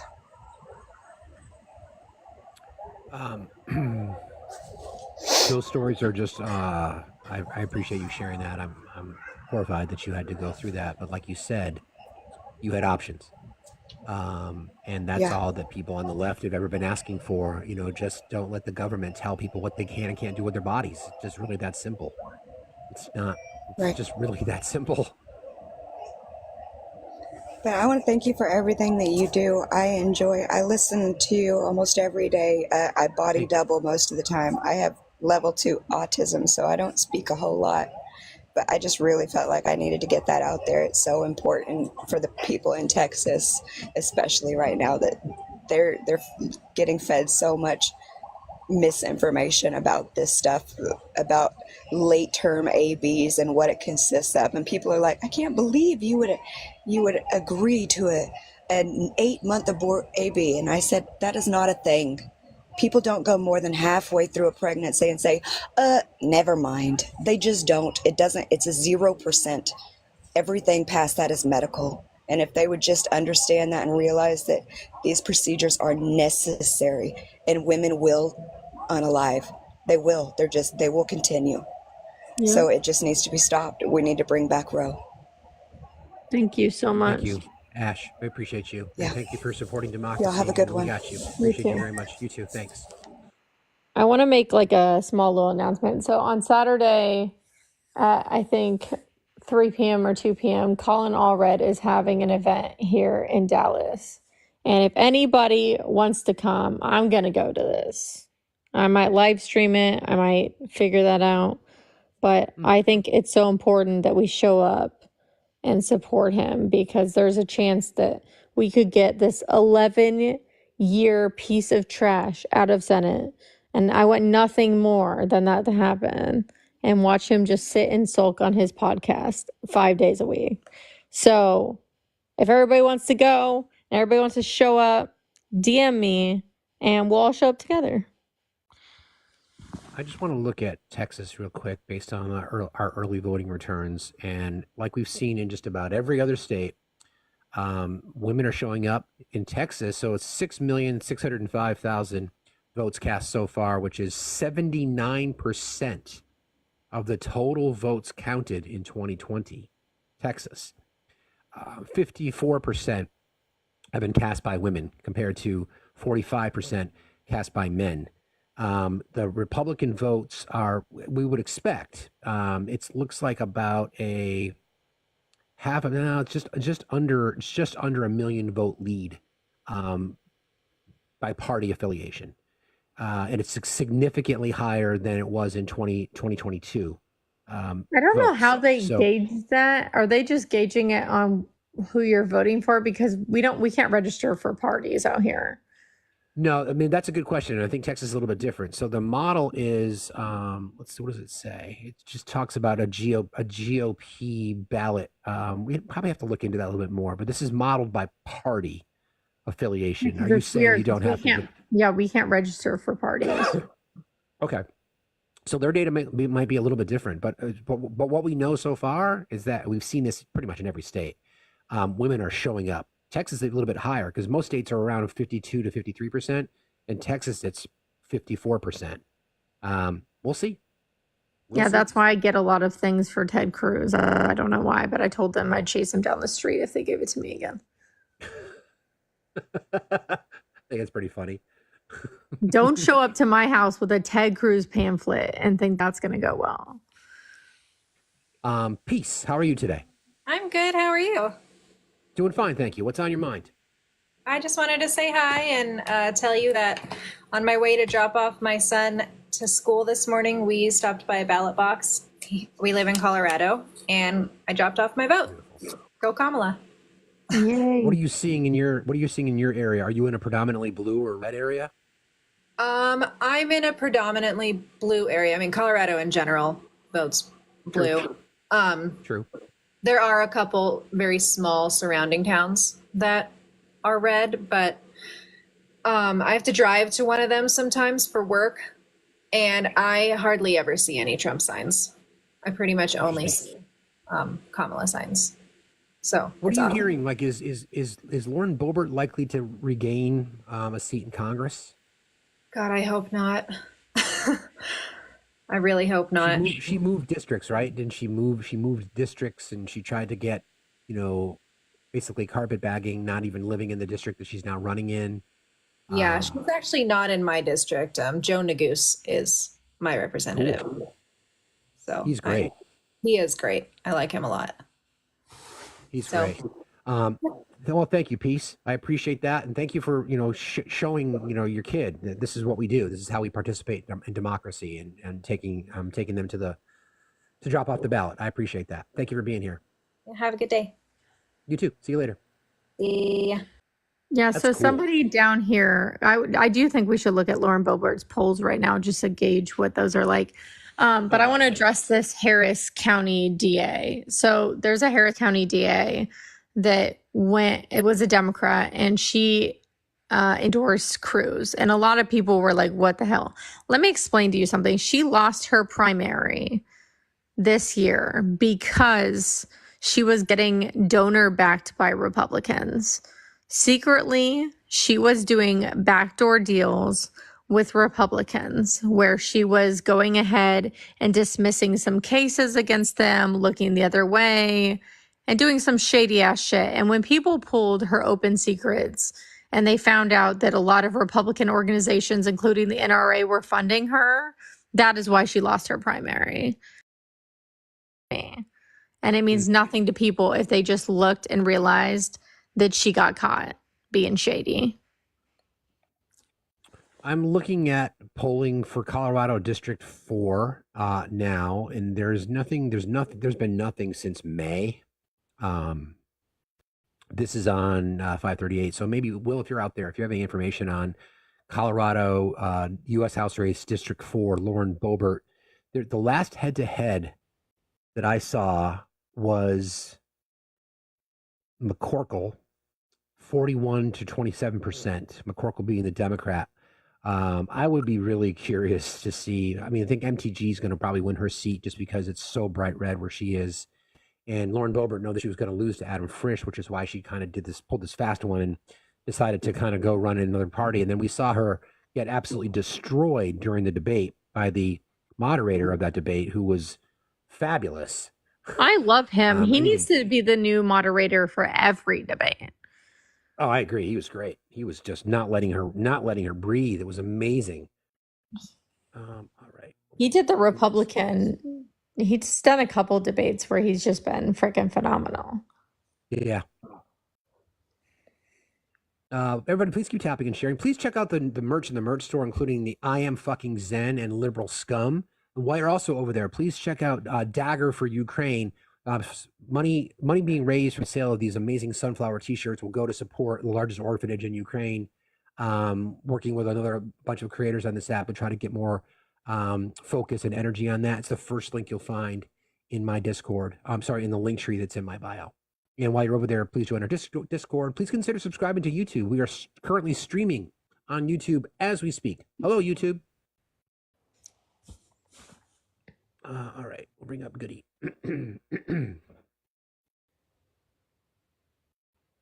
I am heavy metal today. I'm heavy metal every day. Goody, how are you today? Goody? Goody to Lexus? Good Goody to morning. Lexus? Good morning. Hi there, how are you? I'm Hi. doing good. I would like to say your costume look amazing. Thank you very much.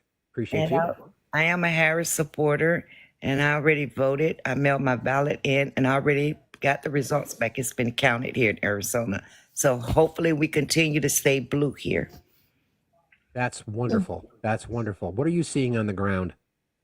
You seeing I'm activity? You seeing positivity? What are you seeing? I'm seeing positivity because I donate my time 3 days a week, knocking on doors, Harris campaign, and it's going to be, like you said, we're going to be amazed with the women that turn out up here to vote.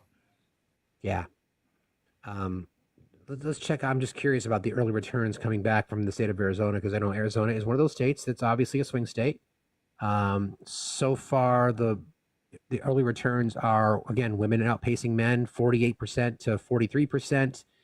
And it's neck and neck. It's only 100,000 votes that are separating, not even 80,000 votes that are separating Democrat and Republican. But so far, 1.7 million votes have been cast, with 71.4% of those votes being 71.4% of the total from 2020. So as we know, we talk about this thing called thank you for being here, Goody. I appreciate you very much. You have a good day, okay? Okay. The thing called the Red Mirage, we talked about it yesterday. And there's, I'm not sure how it's going to play this year, but anyway, the story of the Red Mirage is that by and large, Republican voters tend to vote more in person day of, right? So if you think about the strategy, another failing strategy from the Trump campaign in 2020, they encouraged their voters to not vote by mail and all those kinds of things, which ended up costing them the election. So now, because they tend to vote in person more than Democrats do, you're going to get a count of, because every state, again, runs their elections differently. Some states count day of voting or day of ballots before anything else. Then you'll start to see the numbers go up, right? And then once the mail-in votes absentee, which tend to be more Democrat favoring, then the number starts to shift, which is where all the claims from election fraud came from in 2020. Right? Well, Trump was leading when I went to bed, and I woke up and Biden was winning. What about Biden? So that's what happened. So we'll be mindful of that. And with that being said, I want to just remind people that coming up on Election Day, myself and some other creators that we have a tremendous amount of respect for on this app, we're going to be covering it, calling it Defending Democracy 2024, wall-to-wall coverage. Yours truly kicking things off at 8 a.m. Then we'll go to our friend Danny, then we'll go to our friend Dirty Dan, and then we'll go to our friend Pickles. And the four of us will be bouncing back and forth between each other's lives, and we'll have special guests, and we'll have bingo, and we'll be checking in all across the country as to what we see. We're monitoring the news. We'll hopefully be out ahead of things, because a lot of you have told us that, you get your news to us, and we appreciate that, and I take that very seriously. So there you go. All right.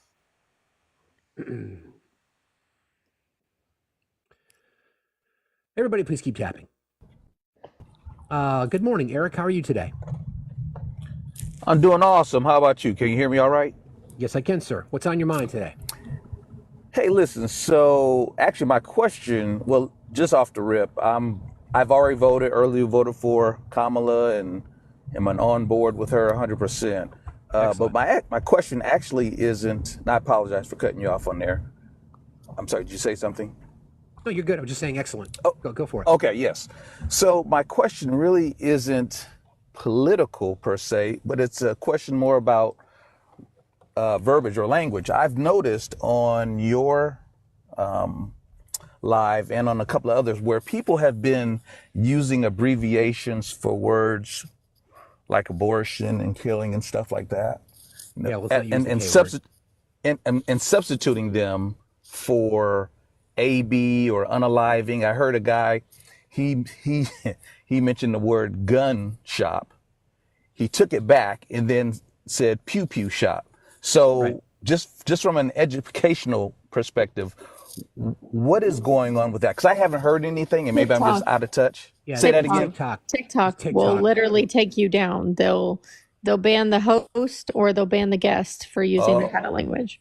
okay. Yeah. Okay. I didn't know that. That's why I wanted to ask the question.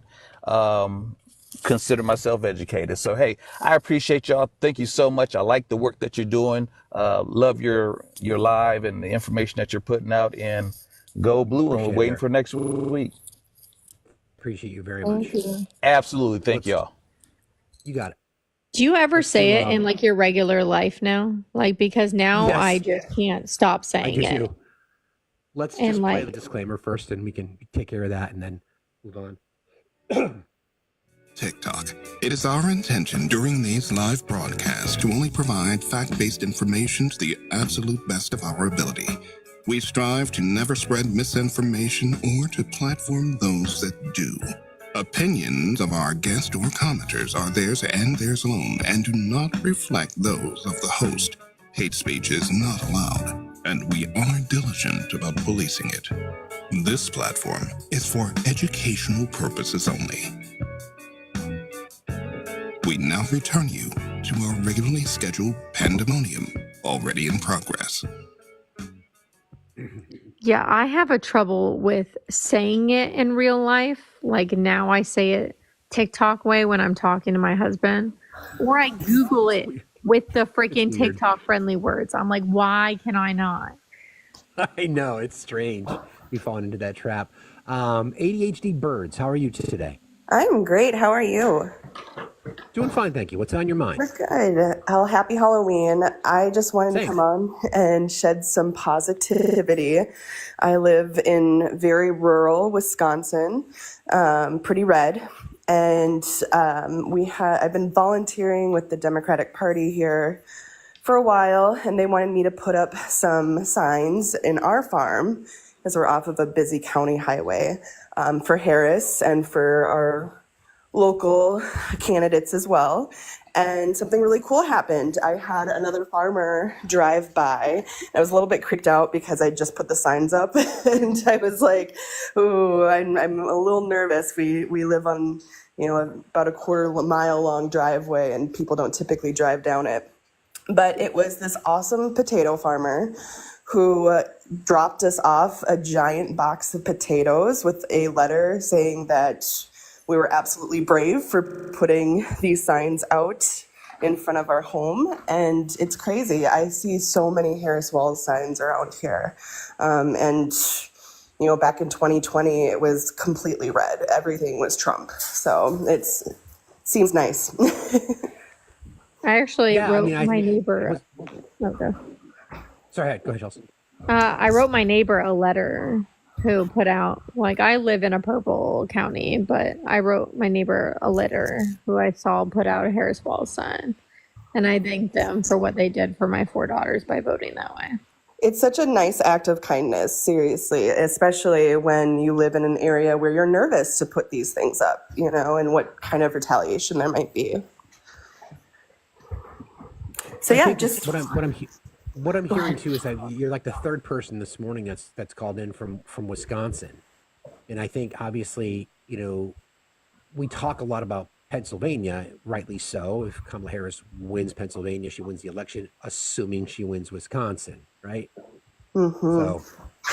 Well, and we have Derek Van Orden, who is our current House rep here in my congressional district, and he was at January 6th.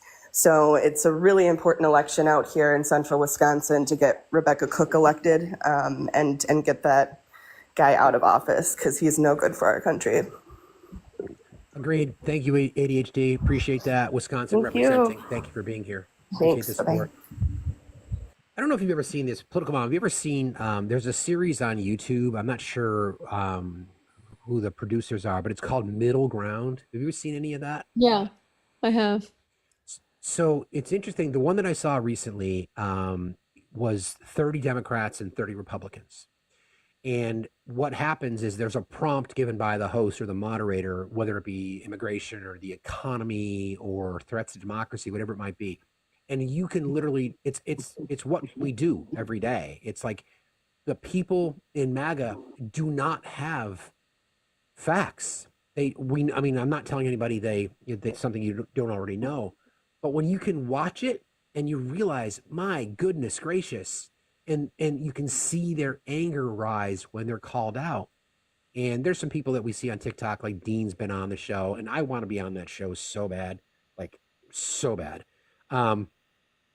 But what you see is just a replay of what happens in the TikTok streets. It's the same talking points. It's the same misinformation. And yet they're so confident in it. And then when presented with the counter, right? When they're presented with the counter, they don't know how to respond. They just pull into their, well, what about this and what about that? Or that's not true. It's the trans kids and they're being indoctrinated. And it's just embarrassing. The reason I say that is because that's going to continue after the election.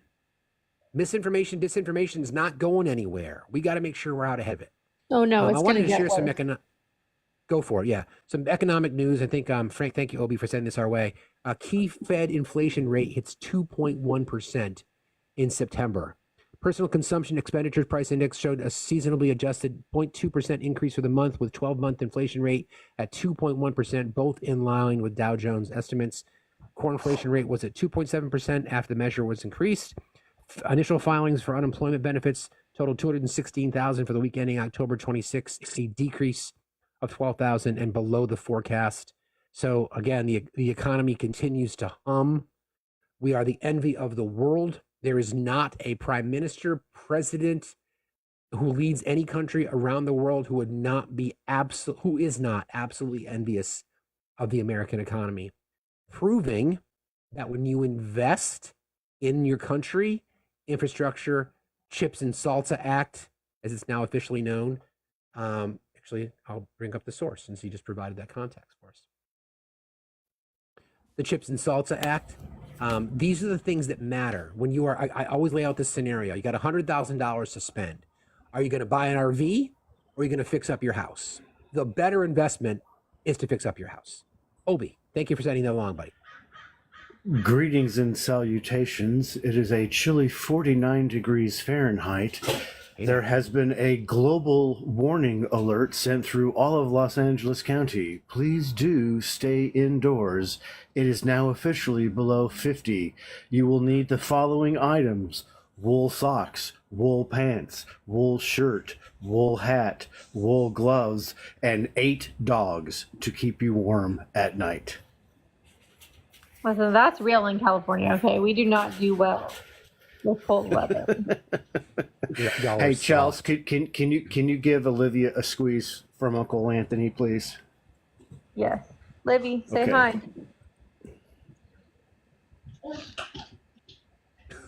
She's so cute. She did a Zoom call with Anthony.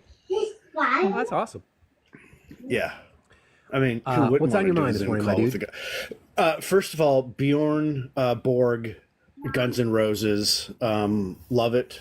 I don't know if anyone else got the Bjorn Borg reference Borg. that I you didn't got even think going about on. that. That's a good move for Venus Garolitis. Good move. Oh, dating ourselves. There's an article that I will be sending you later about how Nobel laureates cannot be wrong. It's on Bloomberg in regards to supporting the Harris-Walz campaign and pointing out how much stuff is misinformation, inaccurate information, and would be an utter failure if Trump were to be elected and enacted any of these fantasies that he has. I find it interesting that there are people who continue to come up here in their performative stance, like the young man earlier. My vote is private, and then you just slowly pulled out of him that he was a fucking Trumper. I mean, it was so obvious, right? Oh yeah. It's like, hey, folks, listen, it's 2024. Let's just be honest, right? We're going to hold you accountable for your actions, irrespective of how you think you can hide, because none of you are hiding. You are all out in plain sight. right? That's right. The important thing too here, again, like my message yesterday, stop going down the conspiracy rabbit hole, people. Like Google is your friend, right? And so that's when everyone discovered about the 1/5, right? That was a bipartisan piece of legislation. So it wasn't just Democrats pushing that. That had broad-based Republican support because it was an embarrassment, right? Like many of the elder folk in both chambers were embarrassed by the actions of the performative clowns, one of which I hope that leaves Texas as the disgraced clown that he is. So bad. yeah, fingers crossed there, as we get closer, right, it's kind of hard for us here in California, especially in LA County. Also, by the way, fucking go Dodgers. Fighting That words. was so disappointing to hear. My love for you went down. Listen, hold on now. Hold on. Let me explain this. Yeah, Nikki see, just that was muted OP. the baseball people upstairs telling you I'm not cool with that pick that you just set up. All right, we're going to lose Listen. half our audience. We're not going to spend too much time on it, but again, we're going to. No, just really quick. Again, As a lifelong A's fan, I have to hate the Yankees because they stole all of our good players for like 30 years, starting with Reggie Jackson. Anyway, listen, kind of like the GOP can't win anything fairly; they have to steal shit. See, I just kind of brought that back around. So it's been very interesting looking at the economic data and the recovery, and what's even more interesting, well, caveat for nerds like me, what's even more interesting is when we look at other G10 and G20 nations, no one has recovered like we have, right? No, they haven't. And By the way, this is the call to MAGA out there. I want to, if there's anybody listening that would like to come up and talk to us specifically, the question I want to ask is like, what's the closing message from your campaign? What is it that you want voters, if you're trying to draw a voter who is still on the fence, what is your message to that individual voter? What will you say in defense of what Donald Trump's policies are for the future? What is it? So I want to make sure that we're calling that out there, friends. Everybody, please keep tapping and sharing. Please consider subscribing to the channel. Please, actually, would you mind joining our team right here? We appreciate that. Sorry, we just want to make sure I get that out there. Yeah, join the team. Hey, listen. Too. Yeah. And by the way, next week I will turn my camera on. Ooh. There will be some changes next week in my appearance. Exactly. So somebody's banging on something. Thank you, brother, for being here as always, and I appreciate you sending that information. Love you guys. Love you too, bud. See you later. All right. Peace out. All right. I would like to hear from any Republican that has anything to say about what they think. Do I have to tell you, I heard that there's a prominent Republican on here that runs their mouth quite often. It always feels like they're right. And they said, and I thought you'd laugh, they said that New Hampshire, Vermont, Connecticut, and Maine were going to go red. Okay. Yep. Vermont Kamala Harris will get 75% of the vote here, if not more than that. Just saying. Here's the thing about the Republic of Vermont. We very often, more often than not, send Democrats to Washington and then vote for Republicans as governor. So Governor Phil Scott, who I know personally, who I've stood next to at fishing holes across the state, who he knows me by name and vice versa. Decent man. There's some things about him that I don't like, so I go back and forth, and he has very good constituent services. But Vermont, if Vermont goes blue or goes red, then California will go red. That's how amazing that would be if that were to happen, or how stupid it would be if that were to happen. Anyway, Lori, how are you today? I'm good, thank you. What's on your mind? Just a hopeful little anecdote. I'm from a small town in north central Pennsylvania. Recently, my 63-year-old brother had some high school buddies call him and say, come on out for a few beers, The conversation came around to politics. And it turns out that all 6 of these guys from small town rural Pennsylvania can't stand Trump. And they're all going to be voting for Kamala. It's a very Trumpy area, and my brother and I were both very happy. So that's PA, and it's hopeful.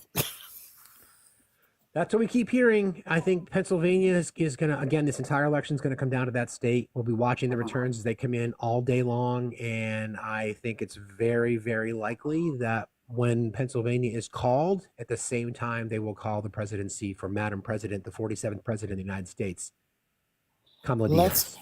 Let's hope. I don't see as much.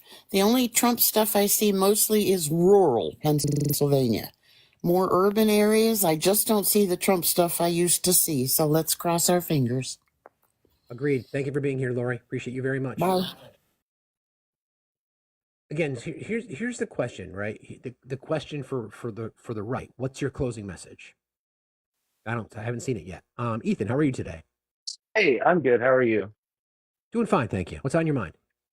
So I'm a friendly, but I do have a question about some of Kamala's policies. I've already voted for her because I, just like her so much more. But something that I haven't heard a whole lot about is her policies on education. I know I've heard a lot about Trump's where he wants to make everything privatized and blah, blah, blah. But I was just wondering if there were any like specifics about her education policies that would be helpful for anybody that's undecided to make a decision. Yeah, so let me pull it up because I think I have it. Yeah, I'm going there too. We can talk about all of it. I know one element that was really appealing to me is to increase funding for the Department of Education, which would be amazing. I think, which would be amazing. She's also talked about raising salaries for teachers. Oh, that would be absolutely perfect. Those 4 teachers that start off at $35,000 a year, which is poverty level at this point in time in America. Exactly. I mean, the whole point behind what Kamala Harris wants to do, you can look at this collectively, right? The capability that we have as a nation has been hindered because of right-wing policies that favor corporations and the rich. And not investing in the things that would allow us to compete, right? So, for example, the people on the right and Trump and his minions within the right saying, let's defund the Department of Education. They don't even know what that means because when asked the question, and I ask this question a lot, okay, you're talking school vouchers? Like, yeah, school vouchers. Like, who pays the difference? Like, well, the parents do. Well, no, the parents can't. That's the whole point behind public education. So when you overfund public education, let's compete then. Let's compete. Let's really make our mark and invest in schools so that our students have everything that they need. So listen, I live in a rural state, and there are K through 12s in our state that are in like 2 buildings, and it's like and they share pencils, and we joke about that, but it's the reality. We get our ass kicked globally because we don't fund education. Well, and another point. So I live in a rural state as well. I live in Tennessee, in the middle of nowhere. And my high school that I graduated from, and this is going to go towards my point, they got like, I think it was like $100,000 something for a grant or something like that they got my senior year. And every bit of that money went into the football team because it's Tennessee. So I think that also with these, if she's going to be putting funding towards public education, I feel like it needs to be specifically allocated towards like STEM stuff. It needs to be specifically allocated towards the art programs and different things like that, not just sport programs and not just, different equipment for the football team to get new jerseys after 2 years. Right. I mean, I think go ahead, Chelsea. I was going to touch on that. So there are some things that I like that she talked about doing if she was elected. It's stuff that she did in the Senate that she proposed that she wants to implement. So one of the programs is called family-friendly school policies, which includes elementary schools to line up their school day with the work day in support of working families. So that's fantastic. Yes. So this is a program that she talked about a lot in 2019, 2020 when she proposed it, and she wants to re-implement that. So then another policy which helps high poverty and low performing schools, is called the Gaining Early Awareness and Readiness programs. So it helps, it provides year-long grants for services at a high poverty middle school and high school levels. So what I've noticed in a lot of schools is the funding is all based on kids that are excelling, but then those kids go off into other schools that provide programs for them. And then that funding gets taken from what she wants to do is keep providing that funding. Despite kids leaving that are taking their high education and their awards and whatever with them, you would still be funding these schools and you would be providing them with the allocated resources they need to keep producing students at that level. So it's called the Head Start program, and people can go look at it. I know that the Biden-Harris administration increased their funding, but they want to keep expanding it for K-12. I'm sorry. And then give for disadvantaged students. So a big proponent of it is special needs kids, right? That's So amazing. like when the Trump administration talks about it, school vouchers historically screw over special needs kids. And what she's doing is trying to propose that we actually put more into special needs children and their programs and the teachers, and get every teacher to start getting the education and the help and the resources they need to be able to help also with, because we are having an increase in special needs kids. So I think that these are policies, when you go out and talk to people, these are things that you need to bring up because this is important to everybody. Yeah. And that's why I kind of wanted to ask about it because, like I said, I just hadn't heard a whole lot about that. I know that definitely the immigration policies and wow, I just completely blanked. The immigration policies, the women's bodily autonomy policies, and just general human rights policies are very important. And I 1000% agree with that as a gay man. But I also just wanted to put the education factor out there because, like you said, that applies to everybody. That's everybody's kids, everybody's everybody, you know? And she touches on it too. So Vice President Harris will fight to ensure parents can afford high quality child care and preschool for their children. Through investment, she will strengthen public education and training as a pathway to the middle class. She'll continue working to end an unreasonable burden of student loan debt in the fight to make higher education more affordable so that college can be a ticket to the middle class. To date, VP Harris has helped deliver the largest investment in public education in American history, providing nearly $170 billion in student debt relief for almost 5 million borrowers, and delivered record investments in HBCUs, tribal colleges, Hispanic-serving institutions, and other minority-serving institutions. She helped more students afford college by increasing the maximum Pell Award by $900, the largest increase in more than a decade, and invested in community colleges. She's implemented policies that have led to over 1 million registered apprentices being hired, and she'll do even more to scale up programs that create good career pathways for non-college graduates. So, again, as a progressive, so public education in our country has been underfunded for so long because of Republicans, filibuster in the Senate, for example. I want to overfund it. I want to be proud. I want to look at the budget and say, damn, that is a massive budget for public education because I see the difference that it can make. And you touched on the arts. You touched on humanities education. You touched on basic resources. Part of the Infrastructure Act delivers high-speed access to rural communities in America. Something as simple as that disadvantages kids when they don't have access to the web. Let's be real. And just resources in general. 100%. Overfund it. There's still schools in our state. They had to shut down a school last fall because of asbestos in the ceiling, right? And this is a blue state. And we argue about this shit all the time. If people complain about, well, there's all this waste in the DOA, give me a break. Give me a break. There's waste in government. But you want to prioritize where you spend it. Over-invest in public education. Do it. Get it done. Absolutely. Because I'm tired of hearing all these schools that have outdated books and outdated teachings and, bands that can't afford new instruments and, just the STEM programs that can't afford computers or can't afford even markers and pencils, So it's just, it's crazy to me. So I appreciate you talking to me about that. Thank you very much. You got it. Have a good day. let's again. I want to flip this whole thing on its head and start really prioritizing the things that should matter: healthcare, education, climate. Uh, damn it, man. How are you today? I'm doing well. I hope you are.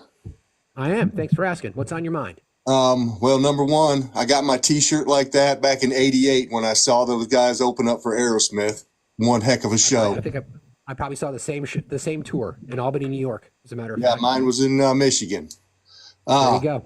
And I don't want to ruin the good feeling, but I'm going. Well, actually, I'm on my way to go work the polls this afternoon. And in the rural part of North Carolina where I live, it's one Trump vote after another. I just want to remind everybody not to be complacent, and we got to get out there and get it done because there's a lot of people out there voting against us.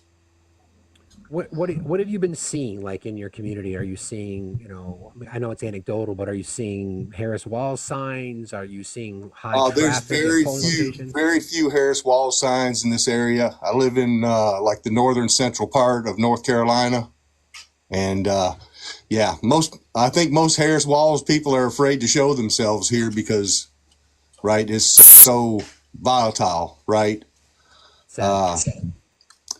But like I said, just see a lot of women voting against their best interests. I've seen a few people of color. It's like, what are you thinking?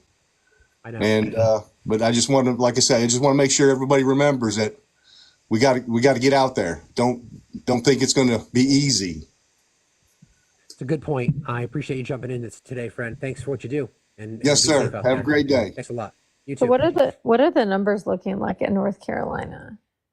I know they're in a dead heat for presidency. I know that Mark Robinson is getting spanked in the polls. I'm starting to look more at the votes. The polls are fine, but there's been so many right-leaning polls that have been introduced that we don't really have a lot. Like there hasn't been a New York Times poll nationally in a long time. But let's look at the vote turnout so far in North Carolina. Yeah, where are you looking for that, by the way? targetearly.targetsmart.com. It's in our Discord. Thank you. You're welcome. I can send it to you too. So North Carolina. So again, I'm going to imagine the trend is going to be very similar. And sure enough, so far, 3.2 million votes have been cast. 86% of the total votes counted in 2020 have been cast already in North Carolina. 86%, of which 55% have been cast by women, compared to 44% by men. And they are dead even when it comes to, so Democrats have a slight lead of 25,000 votes over Republicans cast so far. So again, what we know from what we've seen is a lot of Republicans not voting for Trump, whether they be the Nikki Haley voters. Because remember, going back to the primaries, I talked about this earlier.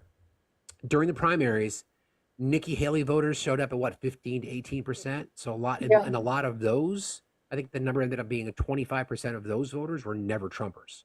Right? So will that hold during the election? You think so? Because again, when margins are so close, like they are in North Carolina, for example, 1 or 2 points, if 1 or 2% of Republicans who voted for Trump in 2020 either don't vote or vote for Harris, that's the margin. Because North Carolina, I think, was 1%. The state was decided by 1% or 1.5%. And Mark Robinson is getting buried by over 15 points at last check. So again, voter enthusiasm and the candidates they have, especially in that state, there's a lot of suppression. What was the win in 2020? Trump only won it by, what was it, like 1%? Yeah, something like that. Yeah, as a reminder, again, it doesn't talk about who they voted for. It just shows your party affiliation when you send in when they track your ballot. So it's again, let's make some assumptions that there are a lot of Republicans, and we know it from some of the campaigns, some of the messaging, some of the people that have attended Kamala Harris Tim Walz rallies. A lot of Republicans are not going to vote for Trump. A lot. And in a divided nation, when the margins are so slim, think 11,780 votes, when you start to see things like that, that's how you win. That's how you get a referendum and an election. All right.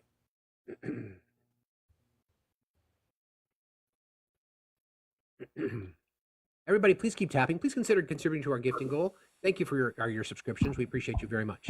Nurse Mom, how are you today? I'm good. How are you? Thank you for having me up. You got it. What's on your mind? So, I wanted to ask a question about the site you're looking at for like the people that have voted already. Is it just showing you like, yes, a Republican or Democrat voter has cast their ballot, or is it actually giving a breakdown of who they're voting for? I didn't think that was possible to find out this early. It doesn't give you the who. It just gives you the party affiliation. Okay. So again, it's targetearly.targetsmart.com, and you can break it down nationally. So if we look at the national, for example, so basically how they track is as votes are mailed in, you've got your barcode on there, they scan it.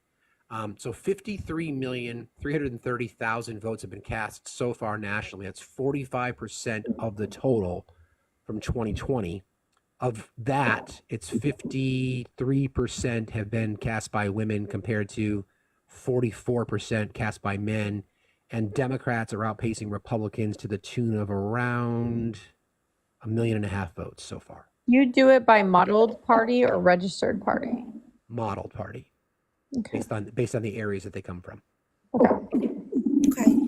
So again, if you're in a predominantly Democrat, they make some assumptions, but I think the trend has been consistent enough where it's like, okay, this is kind of real. The other reason I want to come up is I have a concern about, I know that if things don't go in the way we want them to, the Affordable Care Act is going to be on the chopping block. And I've seen a lot of articles about Mike Johnson and those plans. And so I have a son with epilepsy. He was born 13 weeks early. And my husband has really severe asthma, and we both have jobs. We both have insurance through our jobs, but like, I don't think people realize that if they take promise while campaigning in Pennsylvania. Sorry about that. I don't think people realize if they take down ACA, they're taking down the protections for pre-existings. And it is just so scary. And I don't think people realize that even if they don't have ACA insurance, that their lives are at stake based on this, because medical debt can destroy lives, as we all know. Absolutely. And there's some audio to exactly what you're talking about. So Mike Johnson out campaigning. The question was asked about the ACA. So I'll just let his words. He can tell you what he said. ACA. And I responded, well, why did he run on getting rid of it? Why did he sign an executive order? Sorry. I'll get to that later. Anyway, Mike Johnson said someone from the crowd chanted no more Obamacare, and he said no Obamacare. So that's an example for somebody who's on Obamacare. I get it. As a small business owner, right? That's you the options that you get. And I've said this a million times. I don't want expansions to the ACA. I want universal health care. So that's the difference between being, accepting the status quo. And we should not accept this stuff anymore as voters. There's no reason we can't have universal health care in our country. There is no reason. There is no reason. Everyone benefits. You brought up medical debt. Medical bankruptcy is one of the medical debt is one of the leading causes of bankruptcy in our house. People lose their homes because of medical debt. People don't get conditions that can normally be easily treated because they don't want to go to the hospital to incur costs. So it's real. It's very real. And scary. And scary. Okay. The other thing I wanted to say was I wanted to piggyback on the guy that was asking about her policies on education. Mm-hmm. So I live in Virginia, which went blue last time, but we are in an extremely red county. It was 70-30 for Trump in 2020. We're like right over the mountain from northern VA, Metro DC area. And so I had an interesting Facebook discussion with a guy who I have seen in our local community, because we have been battling for a fourth high school in our county. Our high schools are extremely over capacity. The high school that my son is slated to go to has 16 trailers outside of the high school building to maintain the capacity, to help, make sure all the students have classes. Not all teachers have an actual class. Some of them work from a cart and go around the school. But this guy who was against funding the fourth high school, he responded to an article about how West Virginia has school choice. And I know because I see the articles about what's happening in these other schools who have school choice or vouchers, how much it's costing their governments. And I just honestly asked him, I said, how can you be against supporting our fourth high school, but yet at the same time, you want to allow vouchers that I know is going to cost Iowa $200 million just for the vouchers on top of what they give to public So schools. I actually have a perfect graph. Steve, can you pull that thing up I sent you last time? And it was just, it just doesn't nothing makes sense. Like they're against what we have already, but yet we want to put, and the reason they were against the fourth high school is because our board of supervisors chairman had everyone so up in arms about how much it was going to increase their taxes. So that was like the end all be all. So this right here is 2 years of vouchers in Iowa. Yeah. This is what it's done. It's taken away 16 public schools. Exactly. That's why It is making 36 private schools. Like that's get it. People need to understand when we say school choice, like that's confusing for a lot of people because some states their school choice is just picking what school in a school district you want your child to go to and not a voucher scam. So vouchers is what you want to say. Like school vouchers are detrimental. Exactly. That's what detrimental to states, and they don't care until they get faced with this problem where you no longer have the accountability, where you're having issues with people that can't afford it. You're having states having issues with testing, special needs departments, or you're having teachers flee the state. Like we're having just tremendous amount of issues. And luckily my state and Republicans have told Greg Abbott to kick rocks on it 4 times now, but that's because rural communities know that they don't benefit from this and they're not voting for it. But when this whole conversation started in our county, our board of supervisors thought that they were just going to be able to start a program themselves. And everyone was like, the state legislature has voted this down. There is no pathway for it, but they still think it's going to happen. So I have a special needs kid. My son has epilepsy, ADHD, sensory processing disorder. So I called several local Christian private schools and I asked them, because he has an IEP, I said, do you accept students that have IEPs? And I was told, well, it just depends on how much they need. They are able to discriminate. And it's not right. Public funds should not be allowed for that. They don't have oversight, so they don't have accountability to uphold any of the standards that public schools have for special needs departments. They also don't have to report, so they don't have to do the same regulations of reporting any if a kid comes to a counselor and tells them something, they absolutely have to report some stuff. Private schools don't have to. Thanks, Nurse Mom. I appreciate you very much for being here. Thanks you for having me what on. you do. You got it. See you later. So he's still the twice impeached, 4-time indicted, sexually abusing fraudster, 34-time convicted felon. Did this stunt where he wore the garbage man's uniform. Did anybody see him almost fall? Almost fall, I know, and then the picture from the truck. So listen, and I said this before. I'll just read this first. This is from Lie Social.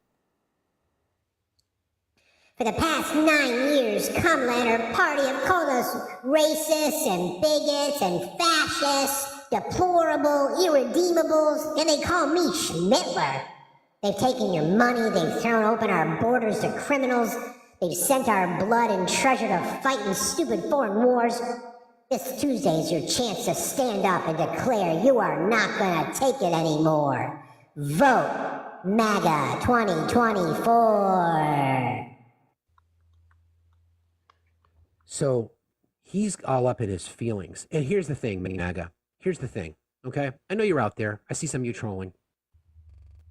The despicable things that you've said about people on the left, people in marginalized groups, about women, there's the BIPOC community, LGBTQIA, teachers, you name it. For 9 years, we've been listening to it. For 9 years, you said when Donald Trump says something, that's not what he meant, or it was taken out of context, or he was just joking. Joe Biden was just joking. It was taken out of context. That's not what he meant. See how stupid it sounds? And you know what? You are garbage. You are garbage. You vote for a guy who brags about grabbing women. You vote for a guy who grabbed women. You vote for a guy who said that he has sex in common with his daughter. You vote for a guy who walked in on Miss Teen USA pageant contestants in various states of undress. Numerous affairs, numerous accusations of assault. That's who you vote for. You don't like the label of being garbage? Then how about this? Don't be garbage. Move on. I just tell him to get over it. Stop being so sensitive. Exactly. Get over it. It's not what Joe Biden meant, right? Look, Mom, he was just joking. Yep. Allah, how are you today? Hey, it's Alibi. Alibi, got it. Okay, this is the first time I've Thank got you. on. How are you? Thank you. Thank you, God. I Sure. get to say something. I've been listening to TikTok for about 6 months. I think I saw on your Doug mind? the first time. Well, here's the thing. I have one issue that when I talk to Trumpsters, like in my art class, I get very upset, and it's about our health care. I'm 58 years old. I got cancer. I have insurance that I pay for myself because I'm self-employed, but it doesn't cover much True. because of all the damage that Trump has done to the program by making the pool a lot smaller. I'll put it that way. So what once was affordable, now not so much. I have to make decisions about, if I can get this procedure done or not because my insurance doesn't cover it. That's right. And that's why I voted for Kamala, among other things, besides him just being a despicable person. I'm glad I finally got to tell someone that. You know what I mean? That's the argument. I'm in a similar boat, my friend. As a small business owner, I have to insure my kids as well, and it's part of the process. And it's certainly not ideal. I mean, I'm grateful for something. I certainly am Right. grateful for something. I made the decision to leave corporate America. I knew as I was getting older. Obviously, healthcare is incredibly important. I get that. And at some point, hopefully in the not so distant future, I'll have substantial healthcare again. But right now, it is what it is, and it's disgusting and disturbing that we, as a citizen, I believe that healthcare is a human right. I believe that we should have access to healthcare and not worried about the cost. Absolutely. And I would like to hear one person who supports Trump explain how he was in office for 4 years and he only has concepts for a plan. I made Concepts. I made a collage of all the times that Trump sat up on an interview and talked about healthcare and how he's going to bring it in like a week or 2 weeks or 2 months, or he's signing it tomorrow. It was great.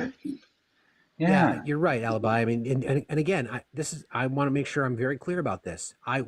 When Kamala Harris becomes the first woman president and the 47th president, we, as people whose vote she's had to earn, need to hold her accountable. If there's not enough progress, our elected officials in Congress, if there's not enough progress towards things like we're talking about, universal health care, or climate change protections, or changes to gun policy and women's right to bodily autonomy, we have every right to hold our elected officials accountable, and we don't do it. The left does a better job than the right does because they don't give a shit. But we need to make sure that we're doing that. Make sure you're active. Who's your representative? Voting records are public information. Get it. Hold them accountable for it.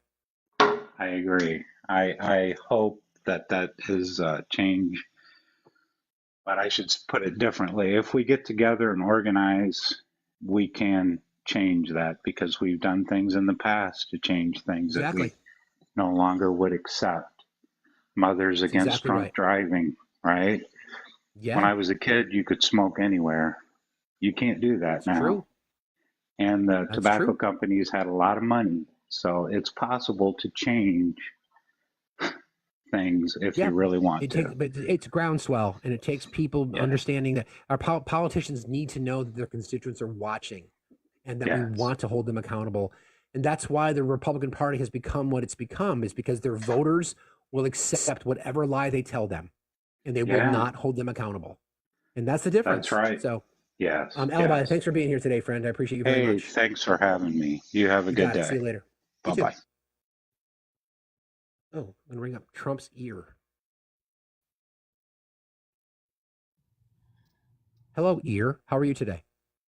I'm doing okay. Excellent. What's on your mind today? I just wanted to say that we have, as we look to the future, and hopefully Harris is the president, and I'm not even gonna try and stress about it. And whatever happens on Tuesday, I'm done with Trump. Like if he by some shake is president again, I'm turning off the TV.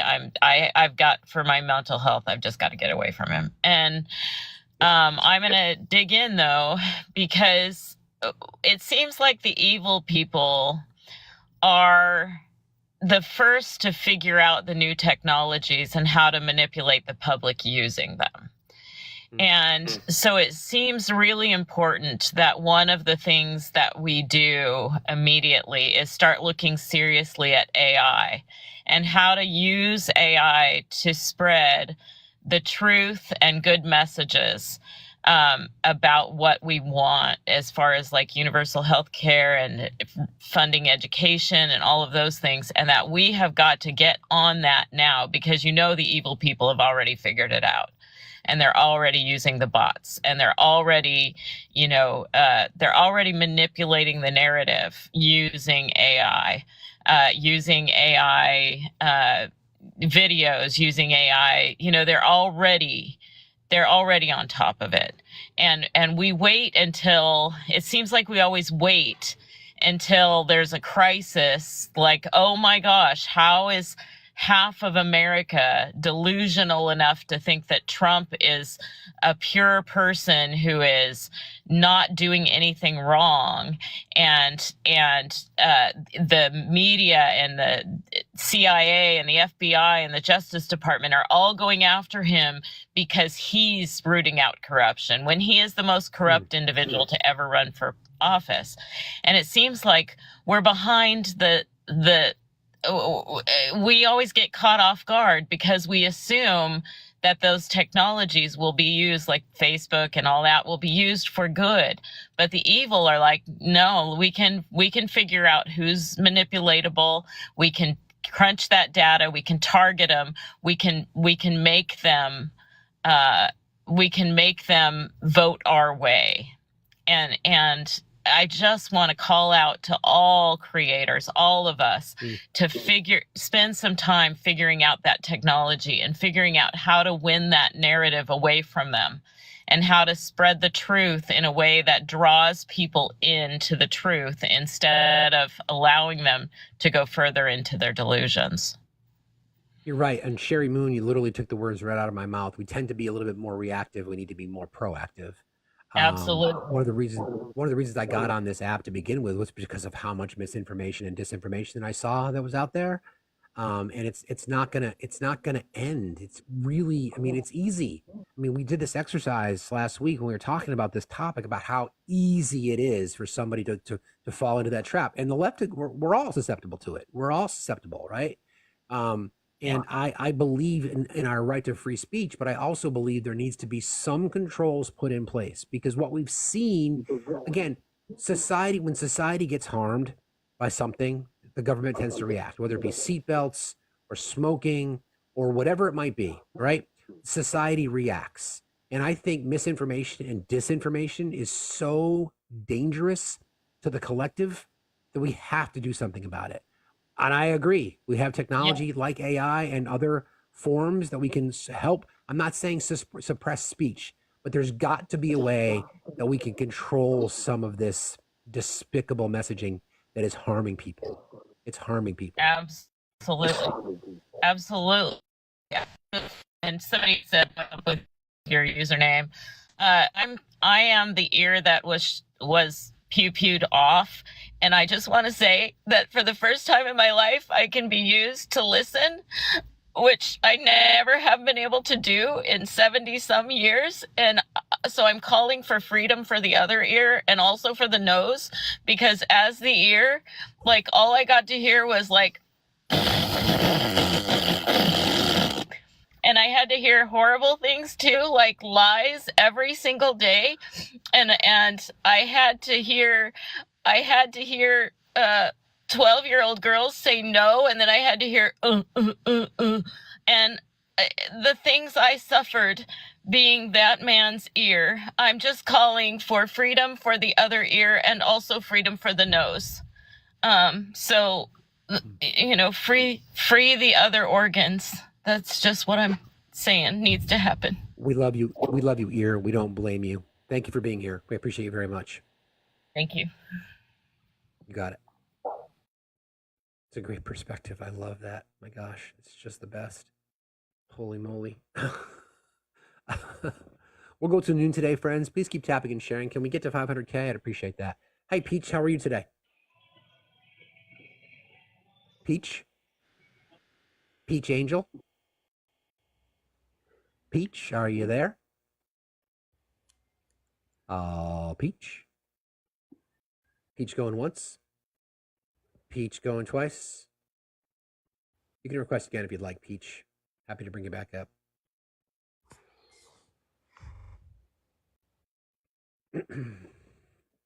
Ear, rights for the ear. I know. Hey, Jake, how's it going? Good. How are you doing today, Steve? Fine, thank you. What's on your mind today? I mean, over here, I'm not seeing a lot of Trump signs compared to 2020, so that's good. I'm in the middle of Ohio, so it's kind of a purple area anyway. But even with the momentum picking up for Harris, just even if you're in a blue state, please make sure you're getting out there. Like, we can't let up. We need to show MAGA like we're tired of the bullshit. Just get out there, vote blue down ballot, get these maggots out of office, and we can do this. We just need everyone to show up. I agree. When you say Central Ohio, like Canton Central, or like... I'm in Columbus. Gotcha. Okay. Yeah, I think Ohio used to be a swing state. He's always one of those states that was on the list. How is Sherrod Brown doing there? I mean, he seems to be very popular. The last time I saw any polls, Sherrod Brown was only ahead by 2%. But as far as I'm seeing, there's very little momentum for the crook Bernie Moreno. So I'm going to assume that Sherrod Brown is going to win. I just don't think Ohio is going to turn blue for the presidency. Yeah, I don't see that either. That'd be a stretch. But let's just look at, again, early and absentee voting. So far, 1.8 million votes cast in your state, which represents 41% of the total from 2020. Again, women outpacing men, 51% to 42%. And so far, again, modeled by party, the absentee votes are coming in with Republican votes at 919,000 compared to 770,000 for Democrats. So women in every single state we've looked at, women are outpacing men between 9 and 10%. So whatever that means. I'm hoping that's a good sign. I will see, but I don't see where it can be a bad sign, quite frankly. Again, we know that the last group holding out in support of Republican, for the most part, are white men. Every other demographic. I mean, the numbers shift within the demographic, but they all support more liberal ideals. So that's the game. Keep us posted, friend. Appreciate you being here. Appreciate you, Steve. Have a good one. You got it. See you later. You too. Ohio. Could Ohio be in play? There's a lot of unaffiliated in Ohio, so I'm interested to see what that sways. Yeah, there really are. Okay. Davino, how are you today? I'm good. You? I'm doing fine, thank you. What's on your mind? Just I'm semi-new to TikTok and just seeing all the political live streams, seeing the Democratic side and the Republican side. It's just seeing how so much misinformation is going out. on the Republican So, side, or from the conservative side. Yeah, they are spreading out a lot of misinformation, aren't they? Yeah, I don't understand why. I guess they're banning people for misinformation, but why don't they even try to shut them down? Allow them just spout nonsense all day and try to, like, the thing about Kamala. They're like, I know some of them are just like, oh, she's not Jamaican. Sorry, Vice President. Yeah. Just say she's, this and that about her birthrights and everything else. It's just going back and forth. But I know a few people are just, it's microaggression against women because they want a woman in power. They don't want anybody to be a woman above them. So I know a few people like that. I live in South Florida, so I know it's kind of crazy here too. Well, you have to think about this. I mean, this is, most people know this, but the Republican Party wouldn't have anything to run on if they simply accepted the truth. Like if they simply accepted the fact that Donald Trump is an insurrectionist traitor, that he fomented an insurrectionist mob to try to subvert democracy, that he was part of a fake electors plot, thus suppressing the vote and disenfranchising 81 million voters in America. The fact that he's a serial abuser, the fact that he has been adjudicated under the law for sexual abuse. They can't accept any of that shit. If they did, well, some have accepted it and said, I don't care. But many just won't accept it. They believe that everybody else is part of the conspiracy to go after Trump, and Trump is the one that's defending them against the deep state or against, the Soros community and whatever else. So Yeah, he's going to get us to where we need to be. That's what they're going to say. I keep hearing that so much too. Exactly. I mean, that's exactly right. So they can't accept it. That's why when you go into these spaces, like I go to Right Wing Live, so you don't have to, you're welcome. You'll see 50 people in the room watching, and they're all cheering on each other, 5 or 6 people on the panel, and they have the amount of anger that they have amongst themselves is so scary. They don't want to have conversations. They want to live in the bubble. They just want to live inside the bubble. Honestly, it's fun to me. I'll end up requesting and then just pulling up facts, just talking them over and over again. And I've been banned from maybe 3 so far. It's just, oh yeah, I don't like people. I just hate people that lie about like small stuff. It's just nonsense. Why? Yeah. It's because they don't want the truth, friend, because that's what happens when you're in a cult. You do the only thing the cult can do no wrong, and in particular it's Trump. He can do no wrong in their mind. I mean, they don't care. They don't care about the things that he's done. They just don't care. It's one of two things. They're either woefully misinformed, which is true on most cases, or they don't care, or it's both. But you can't sit here and say, again, objectively, if you took Kamala Harris's picture away, the party affiliation, any reference to blue, any reference to her party, whatever it might be, there was, gotcha. Thanks, Chelsea. Good to see you. Thanks, guys, for having me up. I love you guys. You got it. Love you too. The reality of the circumstance is this. It's really simple. If you removed any connection to Kamala Harris's political affiliation, there's no reason you would not appreciate her policies. None. So everything else then becomes racist, sexist, misogynist, blah, blah, blah. It's just, they've got to, that's why I say it doesn't end on November 5th. But thanks for being here. I appreciate you very much. I know some are because of financials, because a lot of my friends made money from stock market when Trump wasn't, when Trump was in office. That's my point. They're making more now. Yeah.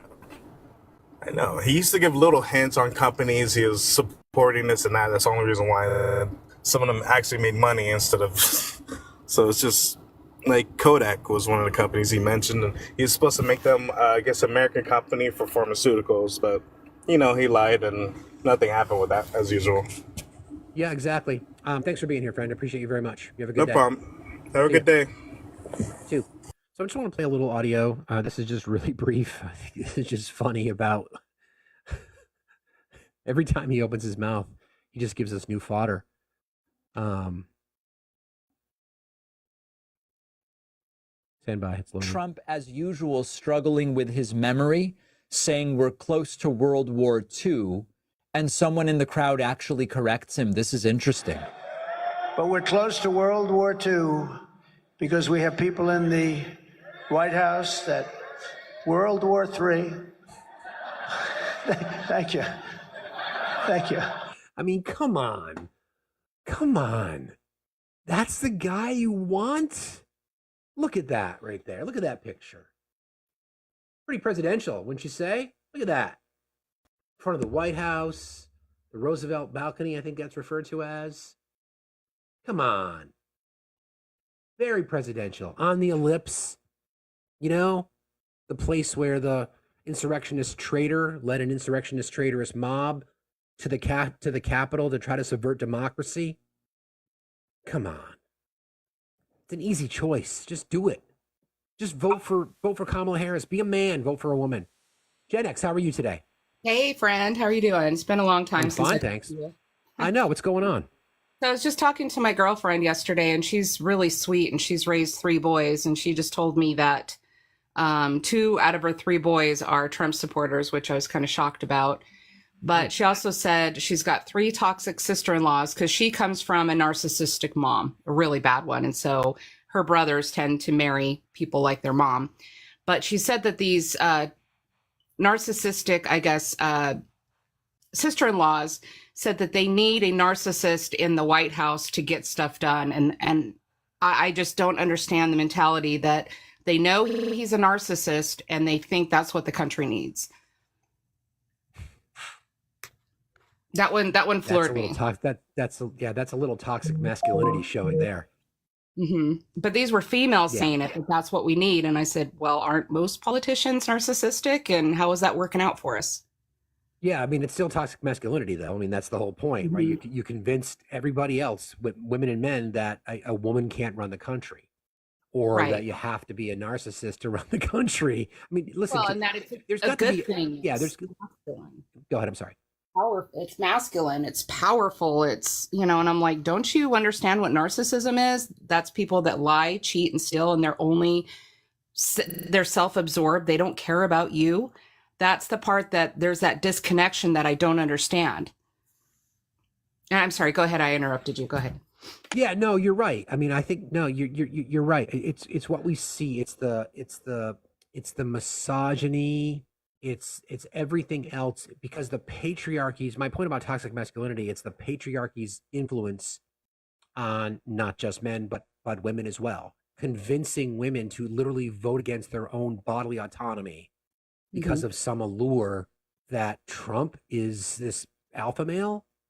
I mean, the guy uses more makeup than the Dallas Cowboy cheerleaders. The guy Wears wears diapers and lifts in craps his himself shoes up. because he doesn't Yeah, want and to he doesn't craps want to be photographed from the side.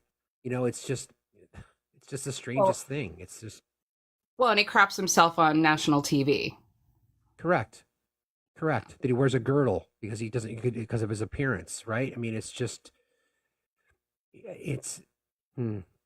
Well, it shouldn't surprise you. This is Salt Lake City, and this is I come from Salt Lake City, and I'm an ex-Mormon, so it should, that shouldn't be a surprise that it's a Mormon culture that is, that these women are Mormon. So that doesn't surprise me at all, actually, because that's what we were raised to believe, is that like women couldn't hold the priesthood because God talks to our husbands. God talked to men, not women, and so we have to abide by our husbands because they're the leaders, because they have direct contact to God. That's how we're taught. Right. And I've never believed that since That I was is- 7. I was like, that's really weird. Yeah, I think what you just touched on, I think is the end game, right? Not only do they see the browning of our society, as a lot of people like to use that reference. I'm not a big fan of it, but I've heard that mentioned. They see census data. They see the fact that the white man will no longer be the pinnacle of society, at least from a population perspective. So they're doing everything they can to hold on to it, and that means that the women in their lives continue to remain under that thumb, so to speak, and oppressed. There's a great commercial that the Harris campaign just put out about 2 couples arriving at the polling location at the same time, and the dads are like high-fiving each other. Who are you voting for? What about her? Well, she doesn't like the guy, but she's going to vote for him anyway. Meanwhile, the wives are inside kind of giving each other this really kind of coy look over the top of the voting booths, and you obviously know what they're going to do. So that's part of it. Your vote's private. Here's a cautionary tale for ladies. If you're in the chat and you feel the pressure from your husband or your partner or your boyfriend, whatever that might be, your vote is private. You don't have to tell anybody. You do not have to say a word to anybody. If you feel like you need to say, yeah, voted for Trump, and then you know the truth, then do it. Don't vote against your own body. Defend your daughters, defend your friends, defend your neighbors, your sisters, your cousins, your aunts, and defend men who support you as well. Give us a chance to continue to do that. So it's a clear choice. Contrast, right? So I live in Texas currently, and in San Antonio, there was a 69, I don't know if you saw this, but there was a 69-year-old poll worker volunteer that was punched in the face because they told a guy wearing a MAGA hat to take it off a few times because that's against the rules. And Right. this guy, punched this 69-year-old man and put him in the hospital.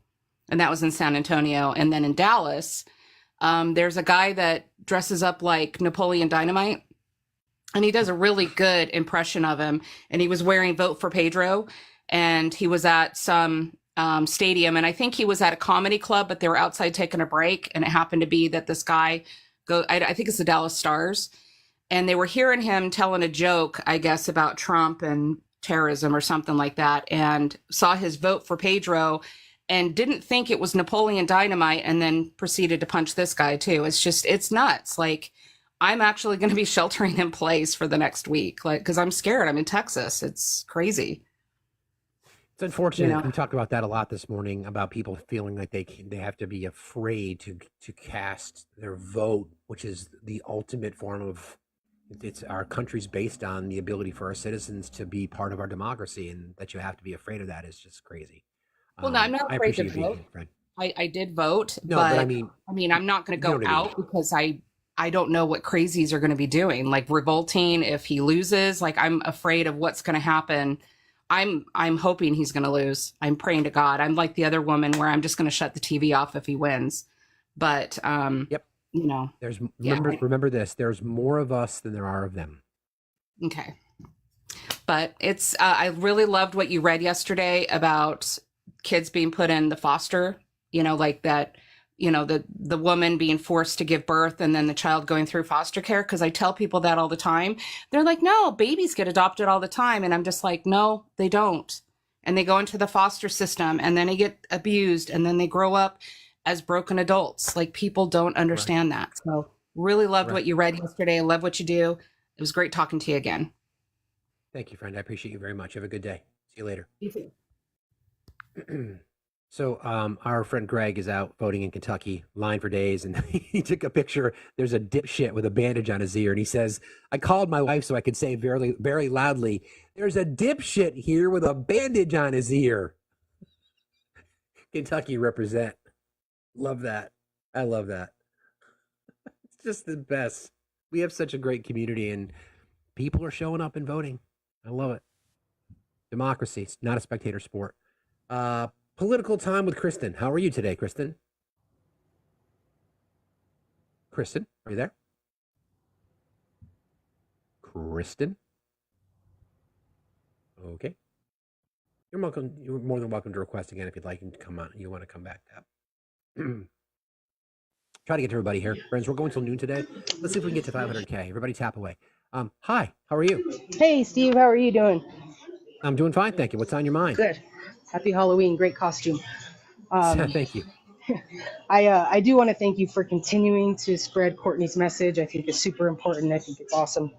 I'm in New Mexico. I voted blue down ballot day before yesterday. And so I just wanted to let people know, or anyone who cares, that Donald Trump is bringing his racist clown show to New Mexico today, which is interesting because we're a blue state, have been blue for a long time. All three of our reps and both of our senators are Democrats, and the races aren't even really close, except we are also a border state, and so it's a little bit closer down south, just because of the fear mongering and the stuff about the border and migrants and immigrants coming in. So he's coming in. Our state is 49% Hispanic. And so I believe that he's coming just to spread his hateful rhetoric and fearmonger more. He's coming to Albuquerque, and he owes Albuquerque $500,000. And so it's interesting that they're allowing him to come. He's not going to use any city facilities. He was able to secure a private hangar at the airport. And they're using distant parking lots for parking, which is interesting because I think it's going to turn into another Coachella. Probably. So there's just other weird stuff going on in this state. I don't have any worries about New Mexico staying blue, but we were part of the fake elector scheme in Yes, you were. 2020. And Yes, you so were. that's a little interesting to me. I think that might be one of his motives for coming here to try to, I don't know, recruit more. And this is me going down that rabbit hole, you know. I don't want to put too much energy into it, but you start to think about things because history, we learn from history, and you start to think about how, you know, anything can happen. This guy doesn't seem to care about how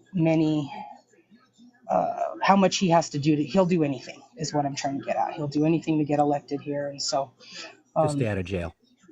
yeah, exactly. To stay out of jail. So I just, I'm interested to see how that's going to play out. It's about to happen in about an hour and a half here. And he's rolling through here to go to Arizona, I think. And it's just, it's upsetting that he's going to be here, but I almost, in a way, I'm glad he's coming. And I know that sounds weird, but I you know, that Operation Let Him Talk that you were talking about earlier, I think is just going to be another one of those. He probably won't have, you know, speakers speaking prior to him other than his minions who are running against our reps and our one Senate seat that's up for grabs this time around. So they'll probably speak, and they're absolute MAGA minions. Their commercials and their ads are more of the same. It's just it's garbage. It's garbage. I am ready for the garbage to be taken out. Sometimes you have to flush twice, and on Tuesday we're going to flush twice. Well said, friend. I appreciate you very much. Thanks a lot. I appreciate you, Steve. See you Thank you. later. You got it. Bye. So Ethan, I think the reference that she made to Coachella. So there was a rally in Coachella, and there was a Trump rally, and it was a logistical nightmare. Buses were supposed to arrive, they didn't. People had to walk out of the desert. It was just more of the same from the Trump campaign.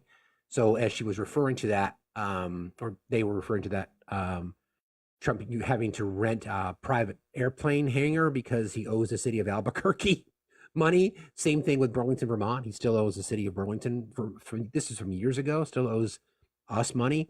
So what she was referencing was the fact that the parking lots were quite a distance away from the hangar. So it may end up being more of the same, right?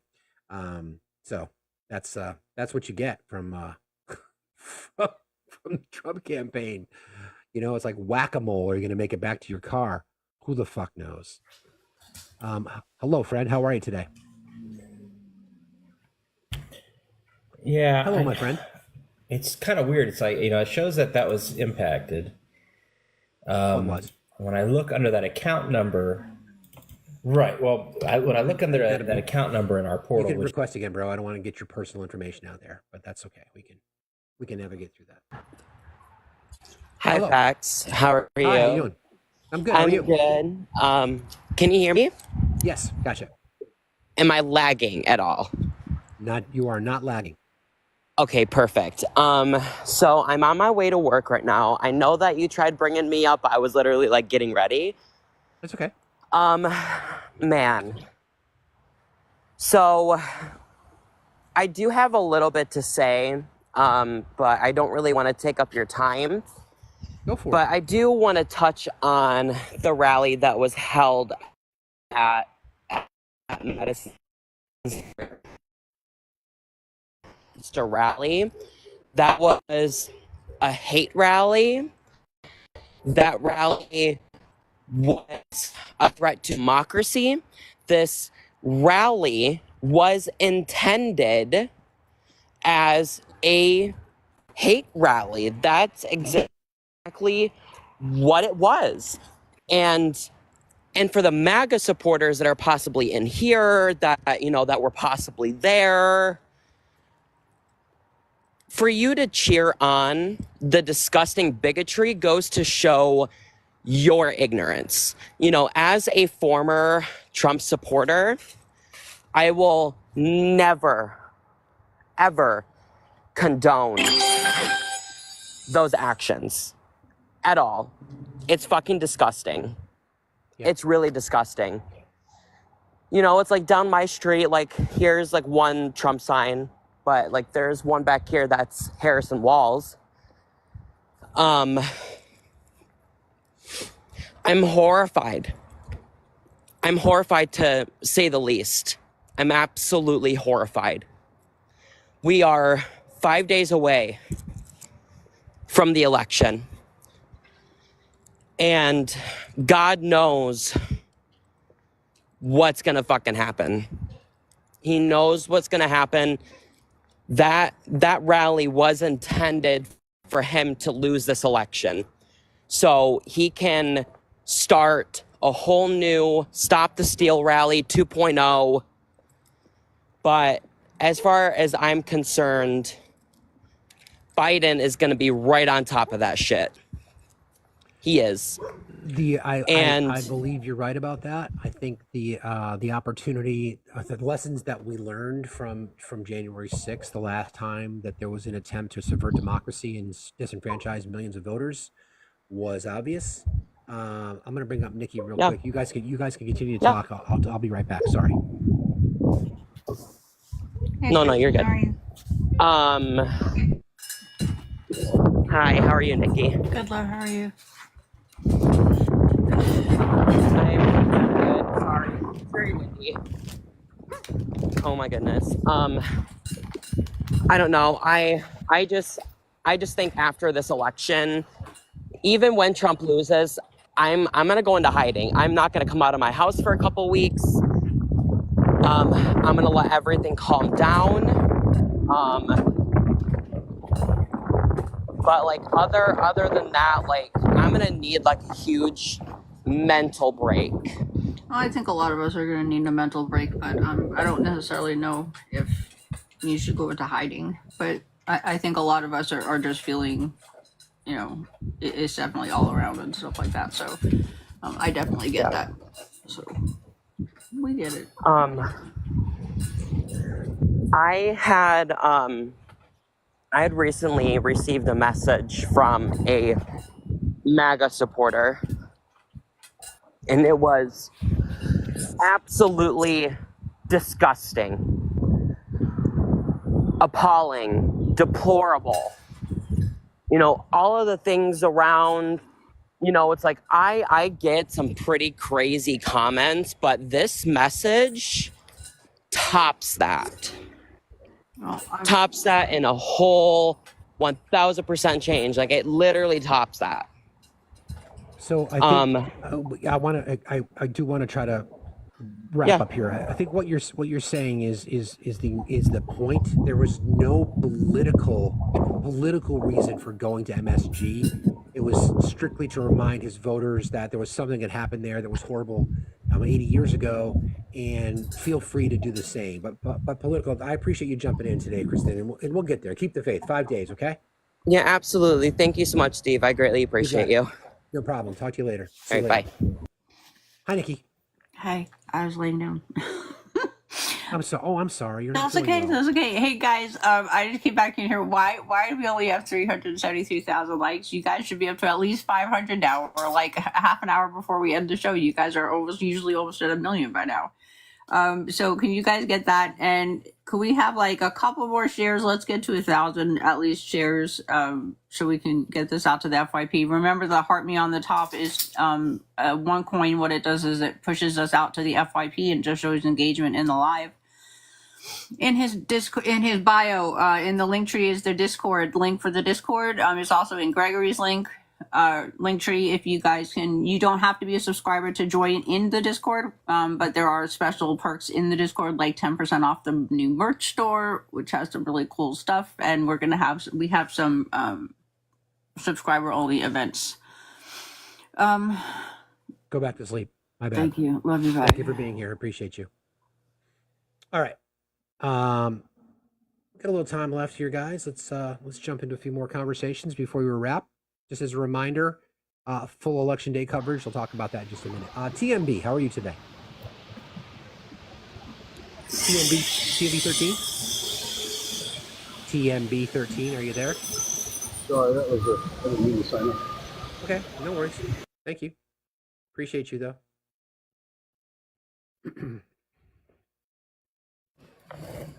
Hey there. Hey, Faxel Rose, how you doing?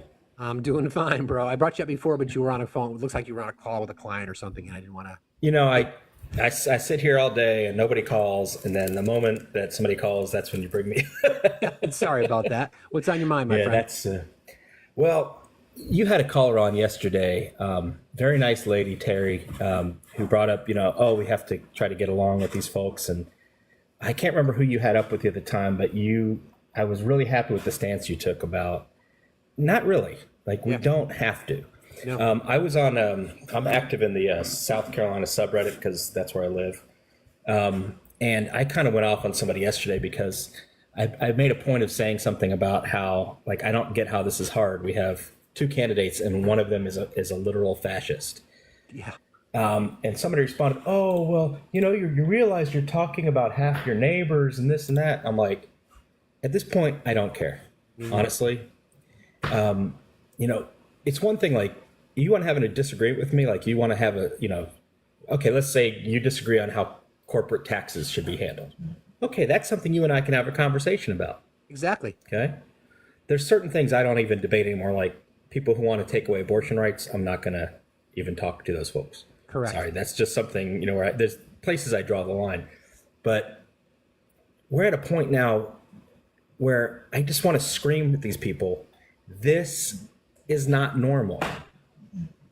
Like, I'm tired of people acting like this election has, in actually the last 8 years, or however long it's been now, 10 years, whatever it is now, I'm tired of people acting like this is normal. That's what's frustrating to me is, like, none of this is normal. Having a candidate like we have that has an actual chance of getting into the White House again after doing a terrible job the first time, like, this is not normal. His behavior is not normal. The way that his constituent, well, not his constituents, but his supporters are behaving is not normal. Like, none of this is normal. And every day, like, you see it on the news and you hear people talking about it. Like, it's just like, oh, this is just a normal candidate. There's nothing normal about any of this. And that's what's frustrating me. And I've gotten to a point now where I have no patience. And people say, oh, you just get mad at people who disagree with you. No, you can disagree with me. I can have a conversation with people who disagree with me. Yep, absolutely. But you can't have conversation with irrational people. You can't. There shouldn't be a debate over human rights, right, friend? Yeah, exactly. Yeah. You had the caller on earlier who didn't understand why, or he thought, oh, that joke about Puerto Rico, that was fine. That was just humor. I mean, you want to be a comedian and you think that's funny. I mean, that's just low-hanging, awful fruit. Exactly. Lazy. And that's what conservative comedy is, unfortunately, these days. It's just, I'm just going to make fun of somebody and everybody will laugh. Yeah, you bring up a good point, and my brother Obi kind of gave me a little bit of a kick in the ass yesterday, because obviously we become a victim of boring politics. And what I mean by that is when Joe Biden comes out and says, and I don't like the way that they've tried to spin it, just fucking own it. They call MAGA supporters garbage. Right. And I'm like, yeah, it's not something I necessarily want the president to say. And Obi said, fuck that. They are garbage. Let's be real.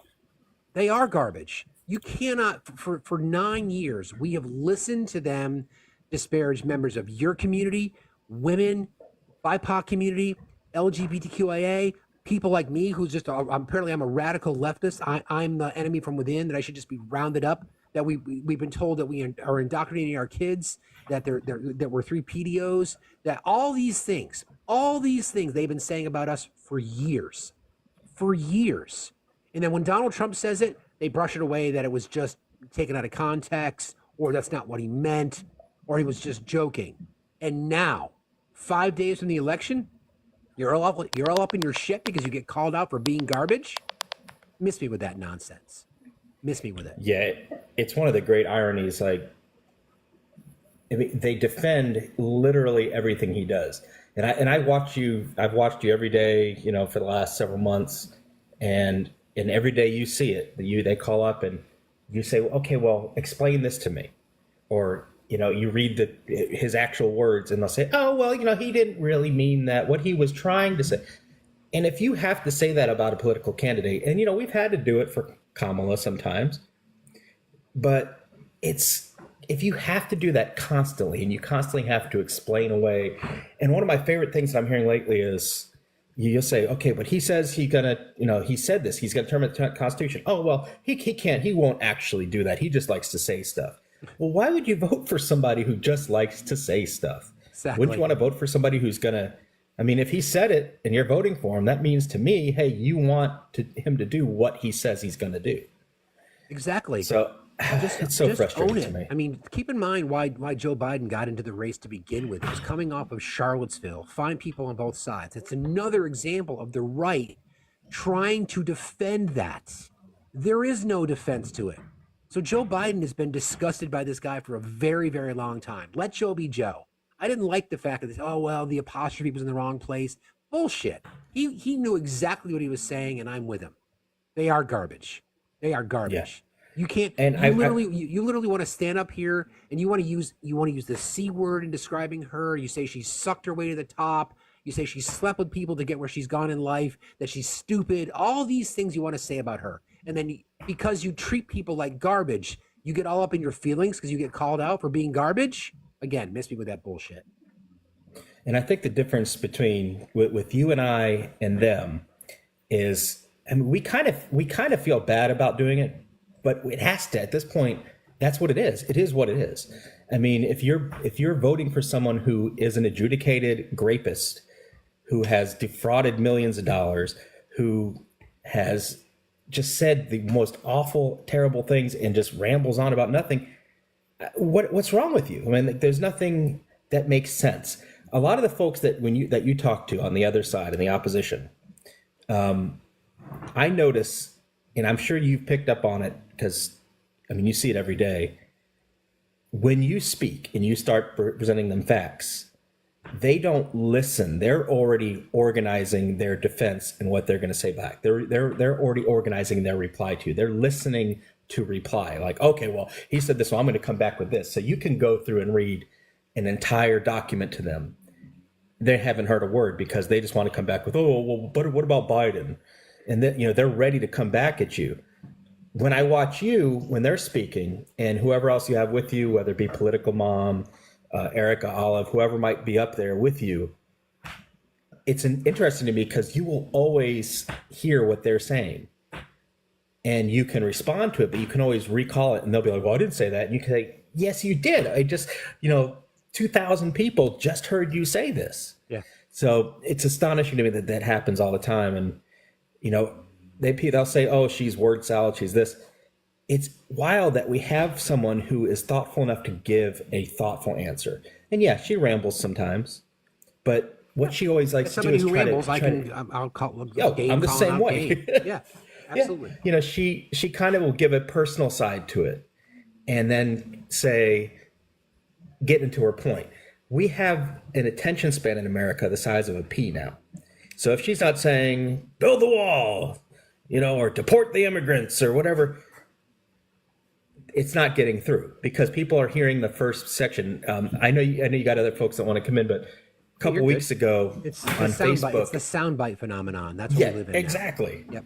A couple weeks ago on Facebook, and it was a woman too that posted this, and she was like, she posted a bit of a clip of Kamala talking about a kind of an embarrassing experience she had with a female CEO. And like, how can we have someone running this country? Now, the scenario there was she had been giving a speech for women. I think this was well before she was even vice president. And she talked about how she was in a room full of CEOs and she met a CEO from Starbucks, a woman from Starbucks who was a CEO, and how she had this conversation about how she wishes they would change the color of the cups or the lids, I think it was, because as a woman sitting in rooms with other powerful men, it can be kind of embarrassing to have your lipstick come off on the cup. So it was, it seems like a weird story to tell, but she was telling about this embarrassing moment, how she was kind of fangirling with the CEO and giving her this weird idea, about changing the color of the cups. But the rest of the speech was all about female empowerment and all the things that she's done and all the things that she wants to do. And it was like this really inspiring speech. And I'm thinking, here's this woman that I know has a daughter that is disparaging a woman for just a soundbite out of an entire speech that really could have motivated her daughter to be better people. And that's where we're at. If you do anything longer than 10 seconds, you're losing these folks. And that's just sad to me. I mean, like you said, I want to get back to where it's a little bit boring, where we have people that just talk about, hey, this is what's going on. These are the facts. They're not making fun of people. They're not telling about Hannibal Lecter and sharks and whatnot. Windmills. It's refreshing to me. Windmills, I agree. those dangerous windmills. I agree, friend, and I appreciate that perspective. And I want to correct what I had said earlier. It's not that Kamala rambles. She's thorough in her answers. She gives a lot of perspective when she answers questions, and I do the same thing. So I appreciate that. Again, and we're not used to seeing that these days. Correct, because whether it be the 140 character attention span or the headline attention span or the soundbite attention span, that's what we see from the right. I mean, it's always fascinating for me. Like, again, I spend time in these spaces when someone will say, well, this is the story. So they'll give me the article and I'll look at the headline, and the headline seems so damning. And then when you read the information literally from their own sources, it debunks them. And then the pivot away because they didn't bother to look past the headlines themselves. Right? So, and again, misinformation, disinformation, that's not going anywhere. We have to make sure that we are paying attention to that. If you have young children, teach them about critical thinking. Give them opportunities to analyze their information. Show them how to analyze it. Talk to them about what a primary source is. Because we have an obligation to the generation behind us and the generation behind that to say, listen, if we don't want them to fall into the same trap that MAGA has fallen into, then we have to help them with that, right? It's just the short answers leave ambiguity. And we know why it's easy for people to be susceptible to this misinformation, because it's sexy. It draws you in. The amygdala fires up. Enough. No more. I'm with you, man. And I'm looking forward to voting. I'm here in South Carolina. I like to do it in person. I know I'm old fashioned that way. It's just something, for whatever reason, that day I like to vote. And then I'm going to avoid all the news the rest of the day, just to keep my sanity and not to worry about it. I'm just going to put on some Netflix or something and maybe stay off the social sites for a while and just kind of keep my peace. I'll use that as a segue. I'll remind folks that we're going to be covering the election from dawn till dusk. Start with yours truly at 8 a.m. Then we'll go to our friend Danny, and then our friend Dirty Dan, then our friend Pickles. And we'll be having special guests all day. We'll be playing bingo. We're going to have some reporters from the field, so to speak, and we'll all be bouncing back and forth between each other's lives. So I know you want to try to move away from it for a little while, but we've got work to do, and then the work does not end on election day. So I appreciate you being here. Well, I appreciate it, man. And I had one question for you, and also for the folks in the chat, because it just kind of hit me the other day, and I was kind of chuckling to myself. Do you ever play the game in your head when somebody calls in, Trump supporter or not? When you hear their voice, I can't help myself, but sometimes I'll listen. I'll be like, okay, is this guy going to be a Trump supporter? Sometimes I'm surprised. 99% of the time, I'm right. I try really hard not to, because I don't like to generalize. That's why I approach everybody the same way with, like, you walk into my house, let's get to know each other. Like, how are you? What's on your mind today? And I kind of let the conversation sort of evolve, but it's not my first rodeo. So that's why I try to unpack things. Like, we had a guest earlier today who claimed to be a Harris supporter, but as you start digging into the conversation a little bit more, you realize that no, they're not. It takes a little. I'm not going to say that I don't do that, but I try really hard not to. Awesome. Yeah. Well, thanks again, man, for everything you do. You got it, buddy. Let's make some history, man. Take care. You got it. 5 days, brother. Thanks a lot. Did I see Victoria? I did. Yeah, I didn't bring you up because I was part of something that sadly didn't work out to the advantage of our friend here. Hi. How are you? Hi, good. How are you? I was prepared to bedazzle. You know that. I know. I was so disappointed. We tried. We gave it a good go. Yeah. We did. So how I you got to see feeling? Matt yesterday. How you feeling 5 days out? I'm in the anxiety stage of this because it's like we've talked about this before, and I was talking about this yesterday with Matt. That when I signed up for this race, I knew I was up against a 14-year incumbent, and I knew that the goal was to move the needle. And then Kamala stepped up, and everything that I'd been doing up until that point started to move and roll down the hill much faster. And now I'm not really sure how it's going to shake out. Everyone has their opinions, so I'm just being cautiously optimistic at this point. But this is really exciting because, we're making history, we're changing things. And I do have to remind people, I'm like, I'm not going to stop. I'm not going to stop the work. I'm not stopping after this. I've got a taste for it now. All that to say, I'm very nervous and I have no idea how this is going to shake out. And that's crazy.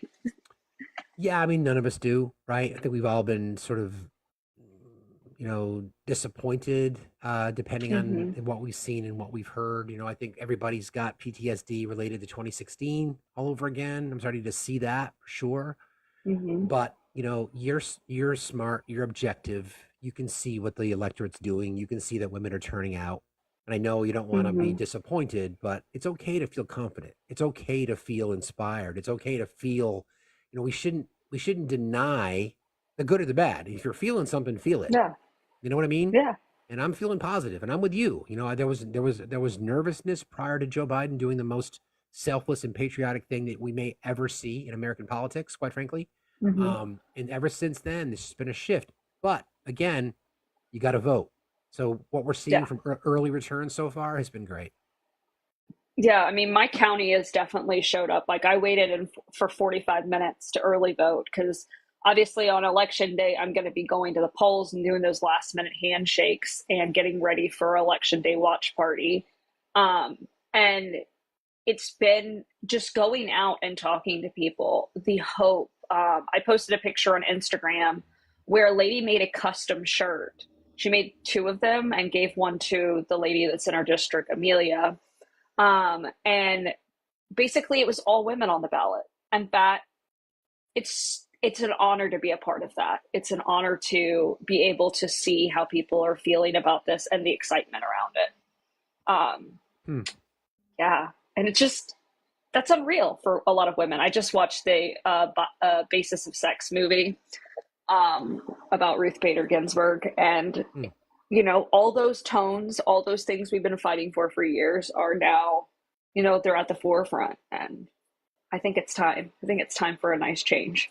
So, Victoria, without putting you on the spot, and I think your message has been resonating with women, but as you know, you and I have talked about this in this space and others. I've been up here trying to encourage men who look like me, minus the awesome mullet from the '80s, um, because we are the holdouts. We're the last group that is Mhm. still overwhelmingly voting for Republicans, and we're the ones that have created the system. I've talked about this before. We built the system of oppression so that it would favor us: capitalism, media, government, legal. It's been us. So, what would be your message to them? My message to them is this. I know that the right tells you that we're radical and we have all these crazy, ideas. But when I sit down with a conservative constituent and they hear that I'm a pew pew owner and they hear that I want to protect our borders within the guise of our laws, and if not, change the laws so that we feel more secure, Mm. that we are here to work for you. And like that is the fundamental difference between the right and the left right now. Is the right acts like they're the people of the working class, but the left actually works for the working class person. And I really try to hammer that home as a working class person. Like, I'm here to work for you. If I'm not attainable, if I'm not someone that you feel comfortable like reaching out to, then I'm not doing my job. And I want to make sure that everyone feels represented. And right now we need women representation. We need to protect women's rights and protect our LGBTQIA plus community and make sure that we continue to fight the good fight and, honor that melting pot thing we were all told as children. As a white woman in America, I feel like I was raised on the melting pot idea. And, it's such as a young white child, I thought, here's this greatest country in the world, but it's not been great for everyone. And we need to make sure that we actually aspire to make it great for everyone. I could not agree more. I think the message for me in particular to men, like I think it might have been in the live. It was like a couple weeks back, and it was going through this checklist. I asked his dad, he's a Trump supporter. I asked his dad, do you support your daughter? Yes. Do you love your daughter? Absolutely. You'd do anything for your daughter. Absolutely. We went through this list. You'd give your heart, you'd give your lungs, you'd literally throw yourself in front of a bus for your daughter, right? He said, yes, I would. Mm-hmm. Would you give her your vote? Speechless. Yeah. Yeah. Speechless. That's not a hard answer. It shouldn't be. That's the point, right? It should not be a difficult answer. And it bothers me that we're still at this point now where people, and somebody came up earlier who was just despondent because they've been shut out, that her family has shut her out because she just wants the rights to her body, right? Mm-hmm. We're so lost and so broken as a society that we've just given up the fundamental principles of supporting each other's human rights and right to fucking exist. Yeah. And it shouldn't be I think I was on a live yesterday. I was listening to your live yesterday as I was driving down to Atlanta. And I remember someone came up and we were talking about the role of boy moms, because I'm a boy mom. Yeah.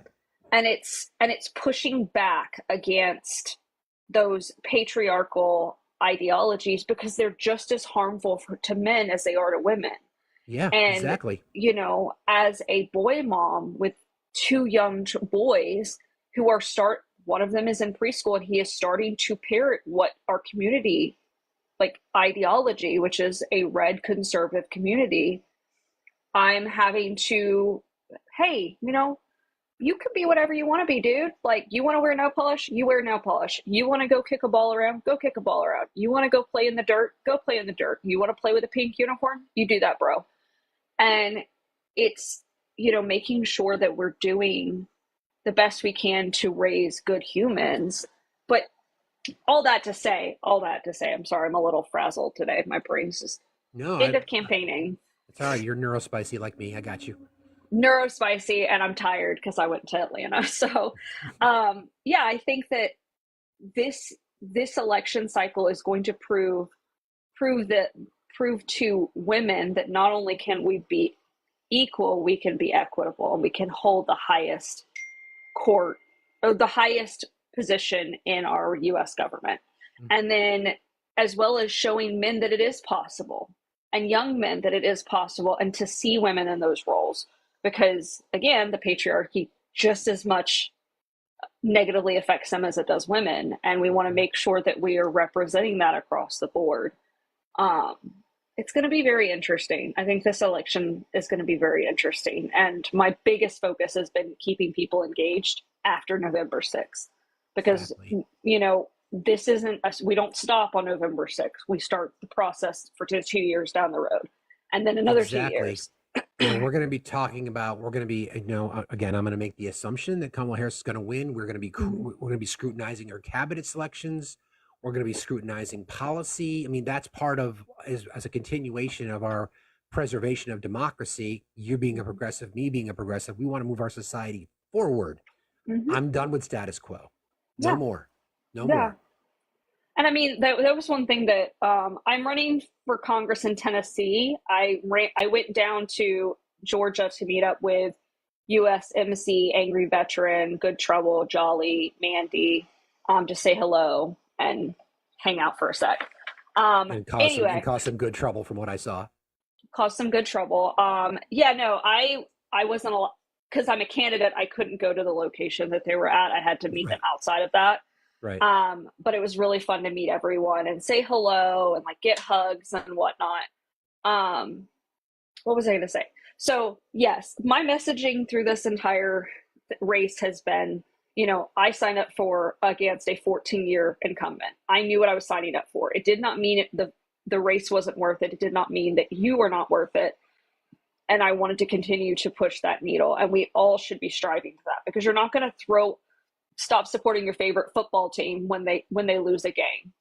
It's continuing to support and keep us honest and keep us working towards moving that goalpost and making it a better nation. And I keep trying to remind people that it's like, no matter how my race shakes out, we have made amazing strides, and that should not be underrated or thrown to the side, even if I lose the game.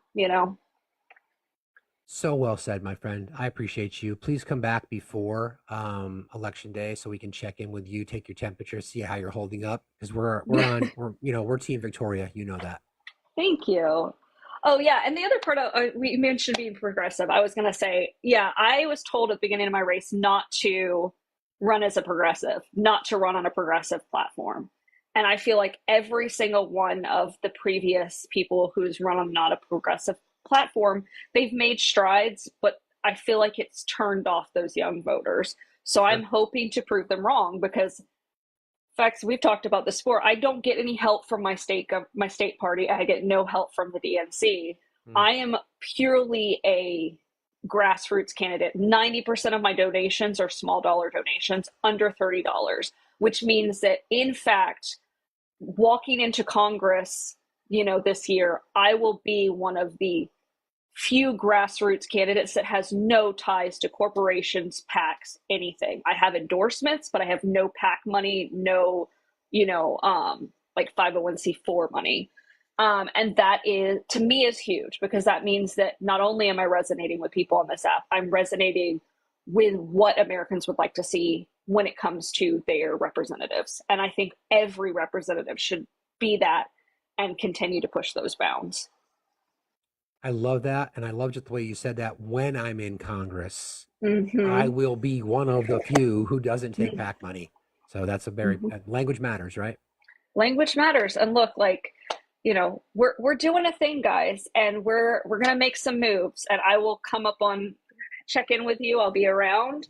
I'll also hop in on election day to tell you what it's like. Might show you guys a little bit of the insiders. I've been crap at showing what it's like inside the campaign, because we're a small but mighty team. I love that. And it's been phenomenal. This has been one of the most humbling experiences I've ever had, but I'm so excited. I'm so excited for the community I've built on this app and the growth that we've done, and just being able to get to meet you and, hang out with Matt and Mandy and Jolly and Good Trouble. This has been phenomenal. I never would have known that this is possible. And if you follow me and you're in the Tennessee area, please come give me a hug. I've had several people find me to give me hugs and be like, oh my God, I get to see you. This is awesome. It's I'm just a normal human being. I'm a nerd. I'm real. nerdy and all the things outside of this. And I just happen to cuss a lot. So, and my neighbor, if this makes, for those of you, I know we're all been things. My neighbor is going to be Marjorie Taylor Greene. She is going to be in the office beside me. So. Holy shit. Really? Is that? Yeah. Oh, wow. Yeah. Apparently, Wow. I was talking to one of the other congressional candidates, Lori Berkman, out of District 6. Her opponent is John Rose. He has a child bride. Look him up. It's gross. It's just gross.